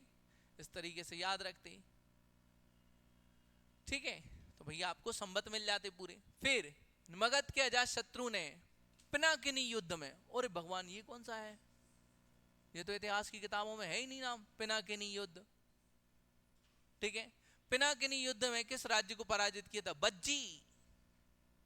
कुछ याद आ रहा है? महाशिला कंटक, रथ मूसल जैसे उपकरणों का यूज किया था बज्जी संघ के विरुद्ध, याद आया? बाकायदा ये लाइन लिखाई थी मैंने, बज्जी संघ को हराया, है ना। चलिए नेक्स्ट देखते हैं। तो ये उस समय के क्या थे? परमाणु हथियार थे भैया। साइथेड चैरियट्स, छोगले लगे रथ, रथ मूसल, सामने वाले को काटते चले जाए, रथ मूसल, जैसे भल्लाल देव का बाहुबली फिल्म में नहीं रहता, वैसा वाला, ठीक है, याद रखना। शुंग वंश के संस्थापक पुष्यमित्र शुंग का संबंध किस धर्म से था? वैदिक धर्म से था, वैदिक धर्म। उसने ब्राह्मणवाद, वैदिक धर्म को पुनः उत्थानित किया। कहाँ रहने वाले ब्राह्मण थे? उज्जैन के ब्राह्मण थे। राजधानी कहाँ बनाई थी? विदिशा बनाई थी। पुष्यमित्र शुंग, याद आ रहा है? बौद्ध ग्रंथों में पुष्यमित्र शुंग को बौद्ध द्रोही कहा गया है, क्योंकि उसने घोषणा करी थी, ऐसा अकॉर्डिंग टू बौद्ध धर्म के ग्रंथ के, कि उसने घोषणा करी थी कि जो भी बौद्ध भिक्षुओं का सर काट के लाएगा उसे सोने के सिक्के इनाम दूंगा, ऐसा। तो बौद्ध द्रोही। और यहाँ पर अपन देख रहे हैं वैदिक धर्म का पुनर्स्थापन करने वाला पुष्यमित्र शुंग। सांची का स्तूप इसने नहीं बनवाया था, उसकी वेदी का, रेलिंग का निर्माण करवाया था, उस पर पत्थर वाला काम करवाया था। पहले उस पे स्तूप पे लकड़ी का काम था, तो इसने पत्थर वाला काम करवाया था।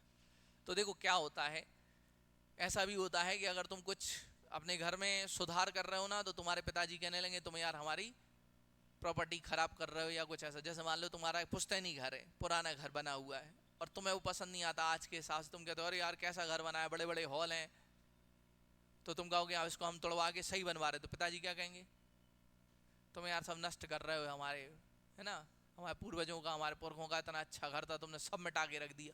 तुम कह रहे पापा मिटा नहीं रहे, कुछ बना रहे। तो ऐसे ही उसने जब क्या, पत्थर की जो लकड़ी का स्तूप था, उसने पत्थर का प्लास्टर और वो सारी चीजें करवा दी, रेलिंग बनवा दी वेदी का। तो वो लोग कहने लगे भैया ने देखो हमारा सब ध्वस्त कर दिया। समझे, अब आई क्लियर पिक्चर। चलो नेक्स्ट देखो, सातवाहन वंश की राजकीय भाषा क्या थी। तो भैया सातवाहन वंश की राजकीय भाषा क्या थी, प्राकृत। ठीक है, कौन थे इसके संस्थापक, शिमुख।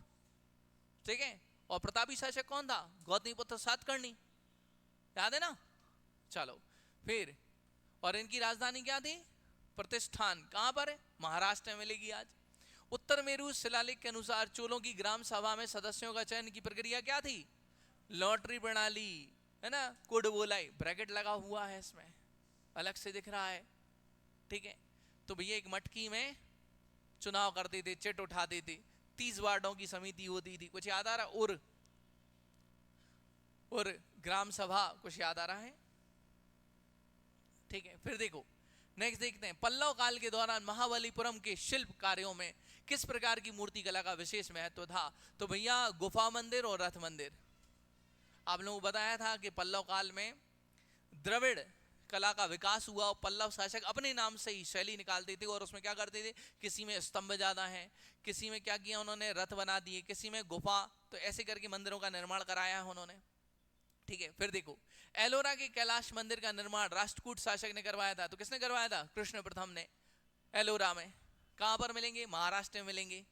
ठीक है, और इसमें क्या क्या मिलेगा, जैन, बौद्ध और हिंदू धर्म की आपको यहां पर। ठीक है, फिर इससे संबंधित है ना। फिर महमूद गजनबी और मोहम्मद गौरी के बीच मुख्य अंतर क्या है। तो भैया महमूद गजनबी लूट के लिए आया था, जबकि गौरी शासन के लिए आया था। इसलिए तो वो क्या करता था, महमूद गजनबी बार बार आता था, लूटता था, 17 बार आक्रमण किए, लूटे चले गए। लेकिन गौरी, और गौरी के बाद अगर गौरी मरता नहीं तो गौरी शासन स्थापित करता, लेकिन गौरी मर गया तो 1206 में क्या किया, उसके दासों ने, कुतुबुद्दीन ऐबक ने यहाँ दिल्ली सल्तनत की स्थापना कर दी। ठीक है, तो ये बेसिक क्लियर था। बाकी देखो गजनबी ने मंदिरों का निर्माण, भैया इसने तो तोड़ा है ना। इसको बुत सिकन की उपाधि दी गई थी, बुत सिकन। बुत मतलब क्या होता, मूर्ति। अब जैसे मान लो कोई मूर्ति में दरार आ जाए तो मूर्ति अपन खंडित मान लेते हैं, तो बुत सिकन, सिकन मतलब क्या, दरार आ जाना, चटक जाना, है ना। तो बुत सिकन था, ना कि मंदिरों का निर्माण करवाया। ये तो सोमनाथ मंदिर के दरवाजे भी ले गया था वहां प्रदर्शित करने के लिए, देखो हम तोड़ के आए वहां मंदिर, ऐसा। जबकि गौरी ने लूटपाट की, गलत। ठीक है, गजनबी ने युद्ध नहीं किया, अरे भैया इतने सारे युद्ध है, जबकि गौरी ने कई युद्ध किए, इसने भी करे, 2 युद्ध करे। पहले तो 1175 में आता है, फिर 1191, फिर 1192, तराइन का पहला, तराइन का दूसरा। फिर गजनबी भारत में बस गया, जबकि गौरी वापस लौट, उल्टा लिखा है भाई। ठीक है, ये तो लोग आते जाते बने रहते थे, अप डाउन कर रहे थे, कभी इधर कभी इधर अप डाउन कर रहे थे। फिर गौरी को तो कौन निपटा देता है, जाट, वहां से निकल रहा होता है लूट के। तो मैंने क्या बताया था, चोरों के घर भी आते हैं चोर। ठीक है, तो उनने भैया पकड़ के घेर के खूब मारा इसको 1206 में। ठीक है, एकता प्रणाली को दिल्ली सल्तनत में किस शासक ने सबसे पहले व्यवस्थित रूप से लागू किया था, इल्तुतमिश। जबकि कॉन्सेप्ट लेके कौन आया था, मोहम्मद गौरी। 12 इक्तेदारों की नियुक्ति की जाती थी, जो गांव में प्रशासन भी देखते थे, सैन्य प्रबंधन भी देखते थे और राजस्व भी देखते थे। गजब की व्यवस्था थी। काय के लिए लाए थे, सामंत प्रणाली को खत्म करने के लिए, कि कोई भी सामंत राजा के विरुद्ध संघर्ष की स्थिति ना पैदा कर पाए, आंतरिक कलह की स्थिति ना निर्मित कर पाए, इसलिए सामंतवाद को रोकने के लिए इल्तुतमिश लेके आया था। फिर दीवाने बंदगान का कार्य क्या था। तो भैया फिरोज शाह तुगलक ने क्या किया था, गुलामों और सेवकों का प्रबंधन किया था, दीवाने बंदगान। और इसने और भी क्या किया था, दीवाने खैरात। ठीक है, जो विधवा महिलाएं थी, ऐसे लोग थे, उनके लिए दीवाने खैरात, फिरोज शाह तुगलक। ठीक है, फिर दारुल शफा भी करा था, काय के लिए, अस्पताल था भैया लोगों के लिए, चिकित्सा के लिए। रक्षा तीत, राक्षस तंगड़ी, बन्नर हट्टी, तालीकोटा, 1565 का युद्ध है, विजयनगर और किसके बीच में लड़ा गया था, दक्कन की संयुक्त सेना, मतलब कौन, बहमनी साम्राज्य की, जिसमें कौन कौन थे, बीजापुर, गोलकुंडा, अहमदनगर और बीदर। बरार शामिल नहीं हुआ था। कौन शामिल नहीं हुआ था, सही लगाया है कि निपटाया कितने लोगों ने, कितने लोगों ने निपटा दिया? बहुत ही बढ़िया। देखो बेमनी इसलिए हमने पूरा शामिल नहीं किया क्योंकि मैंने आपको क्या बताया था, उसमें बरार नहीं था, याद आ रहा है आपको? और बहमनी का पतन 1518 के ड्यूरेशन में हो जाता है, तभी तो क्या होते हैं, छोटे छोटे छोटे छोटे राज्य बढ़ जाते हैं। बहमनी साम्राज्य की स्थापना 1347 में अलाउद्दीन हसन गंगू ने की थी और 1518 में वो खत्म हो जाता है साम्राज्य। तो क्या होता है, छोटे छोटे राज्यों में विभक्त हो जाता है। जो कौन से पास थे, एक आपने पढ़ा था निजाम शाही, एक पढ़ा था कुतुब शाही, यही बीजापुर, अहमदनगर, आदिल शाही बीजापुर, याद आ रहा है, गोलकुंडा कुतुब शाही, याद आ रहा है, वही, ठीक है। फिर अलाउद्दीन खिलजी ने किस प्रमुख मंगोल आक्रमणकारी को पराजित किया था? तो भैया यहां पर अपन को देख रहा है कौन, कुतलुक ख्वाजा। चंगेज खां कहां से आ जाएगा, वो तो इल्तुतमिश के टाइम पे था। चंगेज खां का वास्तविक नाम क्या था, तैमूजिन। क्या नाम था, तैमूजिन, ठीक है। और तैमूर कब आया था, 1498 में आया था, वो तो तुगलकों के काल में, कौन, नासिरुद्दीन महमूद के काल में, ठीक है, ठीक है। चलो आगे देखते हैं। तुगलक वंश के किस शासक ने टोकन मुद्रा चालू की थी, एमबीटी? मोहम्मद बिन तुगलक ने एमबीटी, है ना, क्या की थी, टोकन करेंसी, सांकेतिक मुद्रा चालू की थी। तो इसकी जो नीतियों का चार बिल्कुल क्रम है वो क्या है, दौरा, सुख, ऐसे आपने याद किया था ना, ठीक है। तो दोआब क्षेत्र में पहले कर वृद्धि, फिर राजधानी परिवर्तन, फिर यहाँ पे सांकेतिक मुद्रा का प्रचलन, फिर खुरासन कराचिल का अभियान। बिल्कुल क्रम से ऐसे याद करना, दोआब, राजधानी, सांकेतिक, खुरासन, याद रहेगा। नेक्स्ट देखो, अगला देखो बेटा, शेरशाह सूरी की मृत्यु के बाद दिल्ली की गद्दी पर कौन बैठा? इस्लाम शाह। एमबीपीएससी का पुराना क्वेश्चन है बेटा, शेरशाह सूरी के बाद गद्दी पर बैठा इस्लाम शाह, ठीक है। नहीं तो तुम सिकंदर सूरी कर दो तुरंत ही। मनसबदारी प्रणाली में मनसबदारों का वर्गीकरण किस आधार पर होता था, जात और सवार की संख्या। मनसबदारी मंगोलों से ली गई एक व्यवस्था थी जो सबसे पहले भारत में अकबर ने शुरू की, लेकिन मंगोलों में सबसे पहले शुरू की थी अब्बा सईद नाम के व्यक्ति ने। किसने की थी, अब्बा, अब्बा डब्बा जब्बा, अब्बा सईद ने की थी। कौन थे, मंगोल। लेकिन यहां भारत में किसने की, अकबर ने, ठीक है। इसका अर्थ क्या होता था, जात या सवार, पोस्ट से लिया जाता था, रैंक, ये देख रहे हैं ना ये। चलो आगे बढ़ते हैं।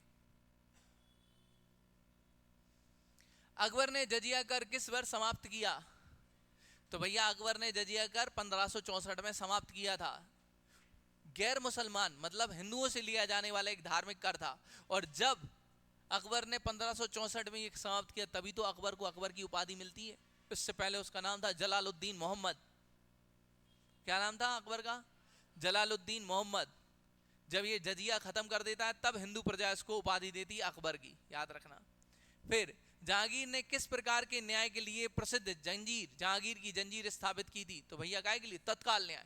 घंटी बजाओ, न्याय की घंटी, सोने की जंजीर, क्या बोलते थे इसको, सोने की जंजीर, न्याय की घंटी। घंटी बजाओ तुरंत राजा आ जाएगा, शासक आ जाएगा, हाँ भाई क्या समस्या है, तो तत्काल न्याय के लिए, ठीक है, इंस्टेंट। शाहजहां के शासनकाल में किसे नवरत्न की उपाधि मिली है? मीर जुमला, क्योंकि मीर जुमला ने इनको क्या किया था, कोहिनूर हीरा गिफ्ट करा था, याद आ रहा है, मीर जुमला। मीर जुमला ने क्या किया था, कोहिनूर हीरा गिफ्ट किया था, और शाहजहां ने उसे क्या करवाया था, तख्ते ताउस में जड़वा दिया था, याद आया। चलो भैया, तो ये हमको याद रखना है, मीर जुमला। फिर औरंगजेब का मूल नाम क्या था? मोहम्मद शहाबुद्दीन।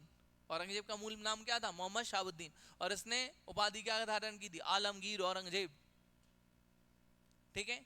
तो याद रखना है भैया, सीधे सीधे डायरेक्ट फैक्ट है बेटा इसमें। फिर दीन इलाही का पालन करने वाला प्रथम व्यक्ति कौन था? बीरबल। दीन इलाही संडे के दिन एक्सेप्ट किया जाता था, अकबर इस धर्म का पैगंबर होता था, ठीक है। सूर्य और अग्नि की उपासना की जाती थी, दाढ़ी रखने पर प्रतिबंध था, 14 वर्ष से कम उम्र की महिला, बच्ची और विधवा महिला के साथ सहवास पर प्रतिबंध था। दीन इलाही, दीन इलाही का हिंदी मतलब होता है ईश्वर का धर्म, ठीक है।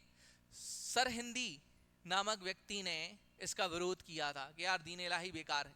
किसने विरोध किया था? सरहिंदी ने, ठीक है। चलिए, फिर कुछ लोगों ने इसे क्या कहा था? अकबर की मूर्खता का स्मारक। फिर ताजमहल का निर्माण करने वाले प्रमुख वास्तुकार कौन थे? उस्ताद अहमद लाहौरी थे, उस्ताद अहमद लाहौरी। और ईसा खां कौन था? इसका आर्किटेक्ट था कि भैया कैसे कैसे ताजमहल बनाया जाएगा वो। ठीक है। शिवाजी की राजस्व नीति किसके सिद्धांत पर आधारित थी? मलिक अंबर। मलिक अंबर वही व्यक्ति जिससे शिवाजी ने ये भी सीखा, क्या? छापा मार युद्ध नीति। ठीक है, गोरिल्ला वॉरफेयर, मलिक अंबर। ठीक है। इसमें चौथ और सरदेश मुखी भी शिवाजी का टैक्स सिस्टम था। क्या था? चौथ और सरदेश मुखी। फिर गनीमी कावा किस प्रकार की युद्ध प्रणाली? बेटा देखो नाम से जोड़ देते, गोरिल्ला वॉरफेयर, गोरिल्ला वॉरफेयर है भैया, गोरिल्ला। छापा मार युद्ध नीति, इसमें क्या करते हैं? छोटी छोटी टुकड़ियों में बट जाते हैं, क्योंकि शत्रु की सेना से आमने सामने की फाइट नहीं कर सकते। छिपकर वार करो, जंगलों में छुप जाओ अचानक से, फिर उसमें हमला कर दो शत्रु पे, ऐसा। ठीक है। बहमनी साम्राज्य का सबसे बड़ा दुश्मन कौन सा साम्राज्य था? विजयनगर साम्राज्य। दोनों में क्या थी? कांटे की टक्कर थी। बहमनी का शत्रु कौन? विजयनगर साम्राज्य। क्यों? क्योंकि विजयनगर यूनाइटेड था। ठीक है। स्वामी दयानंद सरस्वती द्वारा रचित सत्यार्थ प्रकाश किस विषय पर आधारित है? तो भैया वैदिक धर्म की व्याख्या। क्या कह रहे हैं वो? वेदों की ओर लौटो, नारा याद आ रहा? ठीक है, ये सबसे इंपॉर्टेंट है, वैदिक धर्म की व्याख्या। ठीक है, चलिए। क्योंकि बाकी ऑप्शन अगर अपन देखोगे, भारतीय राजनीति, पॉलिटिक्स पे थोड़ी ग्रंथ है। इस्लाम और ईसाई धर्म का समर्थन, वो भी नहीं है। सामाजिक बुराइयों का महिमा मंडन, महिमा मंडन मतलब क्या? कि उसको सही बता रहे हो, तो वो भी नहीं है। तो सीधा सीधा आंसर है। इसके अलावा इनका एक और ग्रंथ कौन सा है? ऋग्वेद आदि भाषा। ठीक है। और इनका वास्तविक नाम क्या था? मूल शंकर। राजा राम मोहन राय को आधुनिक भारत का जनक क्यों कहा जाता है? तो भैया उन्होंने सती प्रथा का उन्मूलन कराया और शिक्षा के क्षेत्र में योगदान दिया। राजा राम मोहन राय, इन्हें राजा की उपाधि किसने दी थी? अकबर सेकंड ने, अपनी पेंशन बढ़वाने के लिए। किसके पास भेजा था? विलियम IV के पास भेजा था। और इंग्लैंड में जाके ब्रिस्टल में इनकी मृत्यु हो जाती है 1833 में। याद आया? ठीक। फिर अपन देख रहे हैं 1856 का विधवा पुनर्विवाह अधिनियम किसकी प्रमुख उपलब्धि है? ईश्वर चंद विद्यासागर। तो भैया ईश्वर चंद विद्यासागर के प्रयासों से विधवा पुनर्विवाह अधिनियम बनता है। लॉर्ड कैनिंग इस समय गवर्नर जनरल होता है, लेकिन ड्राफ्ट बनवा देता है पूरा डलहौजी। लेकिन डलहौजी की छुट्टी हो जाती है, चला जाता है। कौन आ जाता है? कैनिंग आ जाता है। तो कौन सा गवर्नर जनरल माना जाएगा? कैनिंग। रामकृष्ण मिशन की स्थापना किस वर्ष और किस उद्देश्य से हुई थी? तो भैया रामकृष्ण मिशन की स्थापना 1857 में सामाजिक सेवा और आध्यात्मिकता के लिए हुई थी। 1897 किसने की थी? स्वामी विवेकानंद ने की थी, अपने गुरु की स्मृति में की थी। ठीक है। 1893 में शिकागो धर्म सम्मेलन गए थे। ओके, चलिए। फिर अपन देख रहे हैं नेक्स्ट, राजा राम मोहन राय ने सती प्रथा का उन्मूलन कराने के लिए किस गवर्नर जनरल के साथ मिलकर प्रयास किया था? तो लॉर्ड विलियम बेंटिक। तभी तो 1829 में क्या बनता है? सती प्रथा निषेध कानून बन जाता है। फिर देख रहे हैं अलीगढ़ आंदोलन का उद्देश्य क्या था? मुस्लिम समुदाय को आधुनिक शिक्षा प्रदान करना। सर सैयद अहमद खां, एमबीपीएससी ने क्या क्वेश्चन पूछा था इनसे? वैज्ञानिक समाजवाद का जनक किसे कहा जाता है? सर सैयद अहमद खां। इन्होंने जो अलीगढ़ स्कूल की स्थापना की, बाद में जाके क्या बन गया? अलीगढ़ कॉलेज। आज आप देखते हैं यूनिवर्सिटी बन गई है। ठीक है, तो ये बहुत इंपॉर्टेंट है, सर सैयद अहमद खां। फिर स्वामी विवेकानंद ने शिकागो धर्म सम्मेलन 1893 में अपने भाषण में कौन सा मुख्य संदेश दिया था? बहुत ही इंपॉर्टेंट क्वेश्चन है। धार्मिक सहिष्णुता और विश्व धर्मों की एकता। उन्होंने शुरुआत ही कैसी की थी? मेरे प्यारे अमेरिकी भाइयों और बहनों, जैसे उन्होंने ये बोला तो पूरा स्टेडियम तालियों की गड़गड़ाहट से गूंज उठा। और इसलिए एनी बेसेंट ने इन्हें तूफानी हिंदू की संज्ञा दी थी। क्या बोला इन्हें? तूफानी हिंदू। नेक्स्ट देखते हैं, थियोसोफिकल सोसाइटी की संस्थापिका कौन थी? तो मैडम ब्लॉकबस्की कौन थी? थियोसोफिकल सोसाइटी की संस्थापिका। कर्नल अलकॉट के साथ मिलकर ने 1875 में इसकी स्थापना की। फिर भारत में ये कब आ गया? 1886 में। कहा जाता है? भारत आ जाता है। एनी बेसेंट इसको मद्रास में संचालित करती हैं, थियोसोफिकल सोसाइटी। याद रहेगा। फिर हिंदू धर्म की आत्मा के रूप में किस सुधारक को जाना जाता है? स्वामी विवेकानंद को। भैया हम इनके जन्म दिवस पे 12 जनवरी को क्या मनाते हैं? National youth day. ठीक है। इनने किताब कौन सी लिखी थी? Colombo to Almora, IMP। ठीक है। कर्मयोग। सर्वधर्म संभाव का विचार किस धार्मिक सुधारक से संबंधित है? महात्मा गांधी। सर्वधर्म संभाव है ना, सभी धर्मों के प्रति सम्मान का भाव था इनका। 1857 के विद्रोह के दौरान किस नेता को विद्रोह का दिल कहा गया? क्रांति का पुत्र, विद्रोह का दिल, तात्या टोपे। तात्या टोपे, रामचंद्र पांडुरंग, तात्या टोपे। कानपुर में नाना साहब धोंदू पंथ के संयोगी। भारतीय राष्ट्रीय आंदोलन में लाल बाल पाल कौन संबंधित नहीं है? भैया गोपाल कृष्ण गोखले नहीं है। बाकी तो अपन देख रहे हैं बाल गंगाधर तिलक, लाला लाजपत राय, बिपिन चंद्र पाल, गरम दल से। ठीक है, इजी क्वेश्चन था। कौन सा अधिनियम भारतीय स्वतंत्रता संग्राम में प्रथम कदम माना जाता है? तो भैया भारत सरकार अधिनियम 1858 प्रथम कदम। क्यों? क्योंकि 1857 क्रांति के बाद कंपनी बंद हो जाती है। कैसे बंद होती है? रानी 1858 का अधिनियम निकालती है और क्या करती है? कंपनी को खत्म कर देती है। ब्रिटिश साम्राज्य से ही भारत को संचालित करने का निर्णय लेती है। हड़प नीति समाप्त कर देती है। ठीक है, तो ये भैया 1858 का भारत सरकार अधिनियम, IMP। ठीक है, इलाहाबाद में लॉर्ड कैनिंग ने पढ़ा था सबसे पहले उसको। ठीक है, याद रखना, इलाहाबाद में पढ़ा था। असहयोग आंदोलन को किस घटना के बाद वापस लिया गया? चौरा चौरी कांड। क्या हुआ था इसमें? पुलिस स्टेशन में भीड़ ने आग लगा दी, 22 पुलिसकर्मी जलकर मर गए। तो भैया ये आंदोलन हिंसात्मक हो गया। गांधी जी ने कहा भैया हम हिंसा का समर्थन नहीं करते, आंदोलन वापस ले लिया। ठीक है, फिर देख रहे हैं संविधान सभा, सॉरी, भारतीय संविधान के प्रारूपण में नेहरू रिपोर्ट 1928 का क्या महत्व था? तो भैया मोतीलाल नेहरू और चित्तरंजन दास, देखो मोतीलाल नेहरू और चित्तरंजन दास ने पहले 1923 में स्वराज पार्टी की स्थापना करी। फिर क्या हुआ कि एक बर्कन हेड नाम के व्यक्ति ने मोतीलाल नेहरू को चैलेंज दे दिया कि अरे तुम लोगों में दम है नहीं है, अगर दम है तो अपना संविधान बना के बताओ। तो इनने मोतीलाल नेहरू ने एक्सेप्ट कर लिया, चैलेंज एक्सेप्टेड, और उन्होंने क्या किया? एक नेहरू रिपोर्ट बना के दे दी 1928 में, जिसमें कहा गया कि भैया भारत को डोमिनियन स्टेट्स का दर्जा दे दो। तो देखो भैया इसमें ऑप्शन देखो कहाँ है, ये है भारत के लिए डोमिनियन स्टेट्स की मांग, बी ऑप्शन है। किसने चुनौती दी थी? बर्कन हेड ने। ठीक है, फिर जलियांवाला बाग हत्याकांड के बाद किस अधिनियम को समाप्त किया गया? रॉलेट एक्ट, अंधा कानून, ना अपील ना दलील ना वकील, बिना अपील बिना दलील बिना वकील वाला कानून। ठीक है, तो भैया इसको बंद कर दिया गया, रॉलेट एक्ट, अंधा कानून।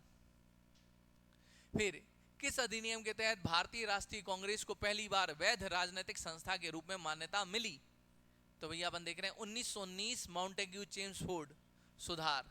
ये जो अधिनियम आता है 1919 का, इसमें क्या होता है? कांग्रेस को राजनीतिक मंच पर वैधता प्रदान की जाती है कि हाँ भैया कांग्रेस को हम अब एक राजनीतिक मंच मान रहे हैं। ठीक है, फिर पूर्ण स्वराज दिवस 26 जनवरी 1930 रावी नदी के तट पर जवाहरलाल नेहरू ने क्या किया था? पूर्ण स्वराज की मांग को कहा था कि यह हमारा स्वतंत्रता दिवस होगा। ठीक है, लेकिन स्वतंत्रता दिवस तो अपना 15 अगस्त, तो अंग्रेजों से ये थोड़ी कह सकते थे एक काम करो 26 जनवरी हमारा एक अच्छा दिवस है, उस दिन हमें आजादी दे देना। अंग्रेज लोग कहते जाओ नहीं दे रहे। फिर तो भैया ने कहा ठीक है 15 अगस्त को जो मिल रही है आजादी वो ले लो। 26 जनवरी की डेट रखी अपने पास, तो हमारा संविधान बन गया था 26 नवंबर 1949 को। तो उन्होंने कहा एक काम करते हैं अब अपन रुक सकते हैं, 2 महीने रुके। 26 जनवरी 1950 को हमने अपना संविधान लागू कर दिया, जिससे हमारा क्या हो गया? 26 जनवरी की डेट का सपना भी पूरा हो गया। वो क्या बन गया? लेकिन हमारा गणतंत्र दिवस। ठीक है, चलो, भारतीय स्वतंत्रता आंदोलन में किस क्रांतिकारी ने हिंदुस्तान सोशलिस्ट रिपब्लिकन एसोसिएशन की स्थापना की थी? भगत सिंह ने। लेकिन अगर आ जाता हिंदुस्तान रिपब्लिकन एसोसिएशन तो आ जाता साचेंद्र सान्याल। क्या आ जाता? साचेंद्र सान्याल। अगर आ जाता क्या? HRA तो साचेंद्र सान्याल, हिंदुस्तान रिपब्लिकन एसोसिएशन। अगर आ गया HSRA Hindustan socialist Republican association तो कौन आ गए? भगत सिंह। ठीक है, ये चीज याद रखना, नहीं तो बच्चे जरा जरा में गड़बड़ गड़बड़ कर देते हैं। चलो आगे देखते हैं। नेक्स्ट है भारतीय राष्ट्रीय कांग्रेस का विभाजन 1939 किस मुद्दे पर हुआ था? सुभाष चंद्र बोस का अध्यक्ष पद। गांधी जी ने अपना कैंडिडेट खड़ा कर दिया, पट्टाभीराव सीतारामैया। सुभाष चंद्र बोस 1938 के हरिपुरा अधिवेशन में ऑलरेडी एक बार अध्यक्ष बन चुके थे। हरिपुरा अधिवेशन 1938, सुभाष चंद्र बोस पहले ही अध्यक्ष थे। अब सुभाष चंद्र बोस की जो नीतियां थी वो गांधी जी की समझ में नहीं आती थी, क्योंकि सुभाष चंद्र बोस कह रहे थे कि एक काम करते हैं अपन सैन्य तरीके से आजादी लेते हैं। गांधी जी कह रहे नहीं नहीं नहीं, अहिंसा की। तो गांधी जी ने अपना कैंडिडेट खड़ा कर दिया, सुभाष चंद्र बोस भी खड़े हुए। इसमें सुभाष चंद्र बोस जीत गए, गांधी जी हार गए। तो गांधी जी ने कहा पट्टा भी की हार मेरी हार है, फिर गांधी जी कहने लगे सुभाष चंद्र बोस, देखो सुभाष, हम तुम्हारे तरीकों से सहमत नहीं है। तो सुभाष चंद्र बोस ने कहा ठीक है गांधी जी, सहमत नहीं हो, कोई बात नहीं, हम छोड़ दे रहे हैं। त्याग पत्र दिया और 1939 में ही उन्होंने क्या किया, फॉरवर्ड ब्लॉक का गठन कर लिया, चले गए छोड़ के। फिर उसके बाद जब संकट उत्पन्न हुआ, ये अपने मध्य प्रदेश में जबलपुर के निकट त्रिपुरी में ही हुआ था, इसलिए इसको त्रिपुरी संकट कहा गया। तो जब संकट उत्पन्न हुआ तो अध्यक्षता की थी डॉक्टर राजेंद्र प्रसाद ने। त्रिपुरी अधिवेशन की फिर अध्यक्षता किसने की थी? डॉक्टर राजेंद्र प्रसाद ने की थी, याद रखना। किस भारतीय नेता ने भारत माता की पहली मूर्ति प्रदर्शित की थी? तो भैया अवनींद्रनाथ टैगोर। पहले तो कितने लोगों ने गलत किया, फिर मैं आपको बताता हूँ सही करने का तरीका। आप लोगों ने गलत किया, ठीक है, मैं आपको सही करने का तरीका बताता हूँ। एक बात बताओ, मूर्ति, इनमें से कोई मूर्तिकार है? ये साहित्यकार हैं, ये क्रांतिकारी हैं, ये क्रांतिकारी हैं? ऑप्शन तुम्हारे सामने थे, चिल्ला चिल्ला के कह रहे थे अवनींद्रनाथ टैगोर हमें हमें, तुमने कहा तुम नहीं तुम नहीं तुम। लॉजिक लगाया करो यार। तुमने कभी सुना कि बाल गंगाधर तिलक कोई मूर्ति बना रहे? बाल गंगाधर तिलक का तुम्हें असली नाम तो पता नहीं है, केशव नाम था। बाल गंगाधर तिलक का असली नाम क्या था? केशव, ठीक है। बंकिम चंद्र चट्टोपाध्याय कौन थे? साहित्यकार थे। क्या लिखा है इन्होंने? इन्होंने लिखा है कपाल कुंडला, इन्होंने लिखा है हमारा राष्ट्रगीत, इन्होंने लिखा है देवी चौधरानी। ये सब चीजें लिखी हैं किसने? बंकिम चंद्र चट्टोपाध्याय ने लिखी, ठीक है। सुभाष चंद्र बोस, तो भैया सुभाष चंद्र बोस अपन जानते क्रांतिकारी हैं, मूर्ति थोड़ी बना रहे हैं वो। लेकिन तुम लोग कह रहे हो अरे भारत माता की जय, ठीक है। भैया देख तो लो, ऑप्शन तुम्हारे सामने, चिल्ला चिल्ला कह रहा मैं हूं मैं हूं मैं हूं, तुम कह रहे तू रहे, तू चुप रहे, मैं तो कुछ और ही लगाऊंगा। अगर तुक्का भी लगाते हो तो लॉजिक लगाया करो, ठीक है, आंसर बनेगा, ठीक है। चलो आगे बढ़ते हैं। नेक्स्ट अगला है, अखंड भारत की अवधारणा का प्रचार किसने किया? अखंड भारत की अवधारणा का प्रचार किसने किया? विनायक दामोदर सावरकर, बीडी सावरकर। अखंड भारत चाहिए, ठीक है, ये भैया याद रखना है। किस क्रांतिकारी ने अपनी आत्मकथा मेरे जीवन के दिन लिखी? ठीक है, days of my life, Subhash Chandra Bose ने लिखी है बेटा, मेरे जीवन के दिन। जैसे आप देखो, सुभाष चंद्र बोस हिटलर से मिले थे, हिटलर ने लिखा है मीन कैंप। क्या लिखा है? मीन कैंप, हिटलर ने लिखा है। उसका मतलब भी क्या होता है? मेरे जीवन का संघर्ष, है ना। आप ऐसे याद रख सकते हो। तो भैया सुभाष चंद्र बोस ने भी अपनी आत्मकथा मेरे जीवन के दिन अपने विचार और संघर्षों का वर्णन किया है, ठीक है। भारत की रियासतों के एकीकरण में सरदार वल्लभ भाई पटेल ने क्या भूमिका निभाई थी? नीति क्या थी उनकी?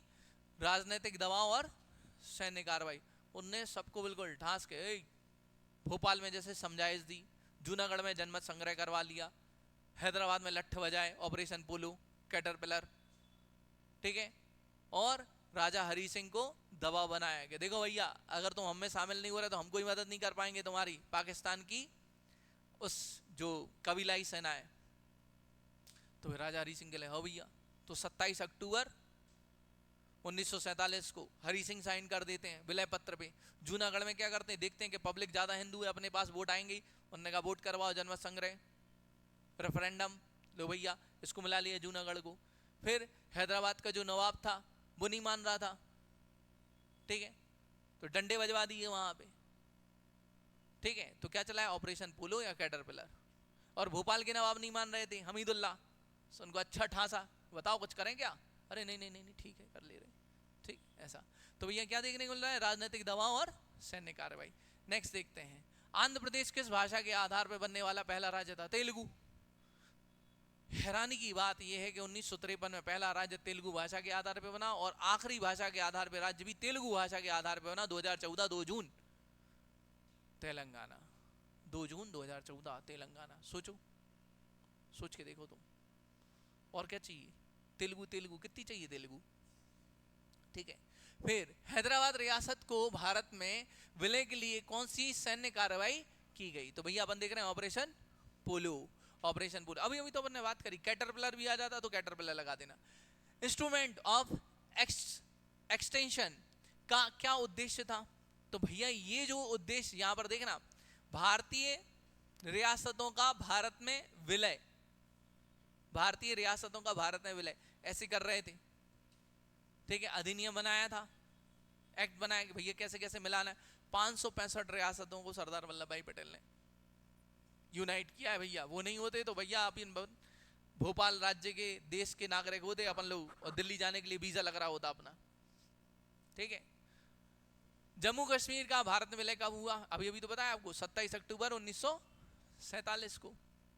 ठीक है, इंस्ट्रूमेंट ऑफ एक्सेशन। ठीक है, फिर गोवा का भारत में विलय कब हुआ? 1961 में। ये पुर्तगाली जा ही नहीं रहे थे, इनसे बोलते भैया हम आजाद हो गए, लेकिन ये पड़े गोवा के बीच पे। फिर इनको भगाने के लिए अपन ने ऑपरेशन विजय चलाया। कौन सा ऑपरेशन? ऑपरेशन विजय चलाया 1961 में। भगाया अपन ने, भगो यहां से, बड़ी मुश्किल में भगे। सबसे पहले आए थे, सबसे बाद में गए। फिर किस वर्ष पंजाब का विभाजन कर हरियाणा और हिमाचल प्रदेश बनाए गए थे? 1966 में, आईएमपी। ठीक है, आईएमपी करंट में भी महत्वपूर्ण रहेगा, क्योंकि भैया अभी खालिस्तान खालिस्तान की जैसी चीजें बहुत सुनने में आती हैं आप लोगों को, तो ऐसा आपको याद होना चाहिए भाई, इस टाइप का क्वेश्चन बन सकता है। ठीक है, लो भैया, कैसा रहा फिर आज का पेपर? मजा आया? दिमाग की बत्ती जल गई? ऐसे ही होना चाहिए, क्योंकि ये क्या है? मेंटोस जिंदगी। मजे से पढ़ो। अब आपको मालूम पड़ गया होगा कि भैया क्या है सत्यमेव जयते का टेस्ट सीरीज का स्टैंडर्ड क्या है, मालूम पड़ गया ना? वैसे ही आपको पढ़ना है। आपको समझ में आया पेपर? ठीक है, चलिए आज इतना ही।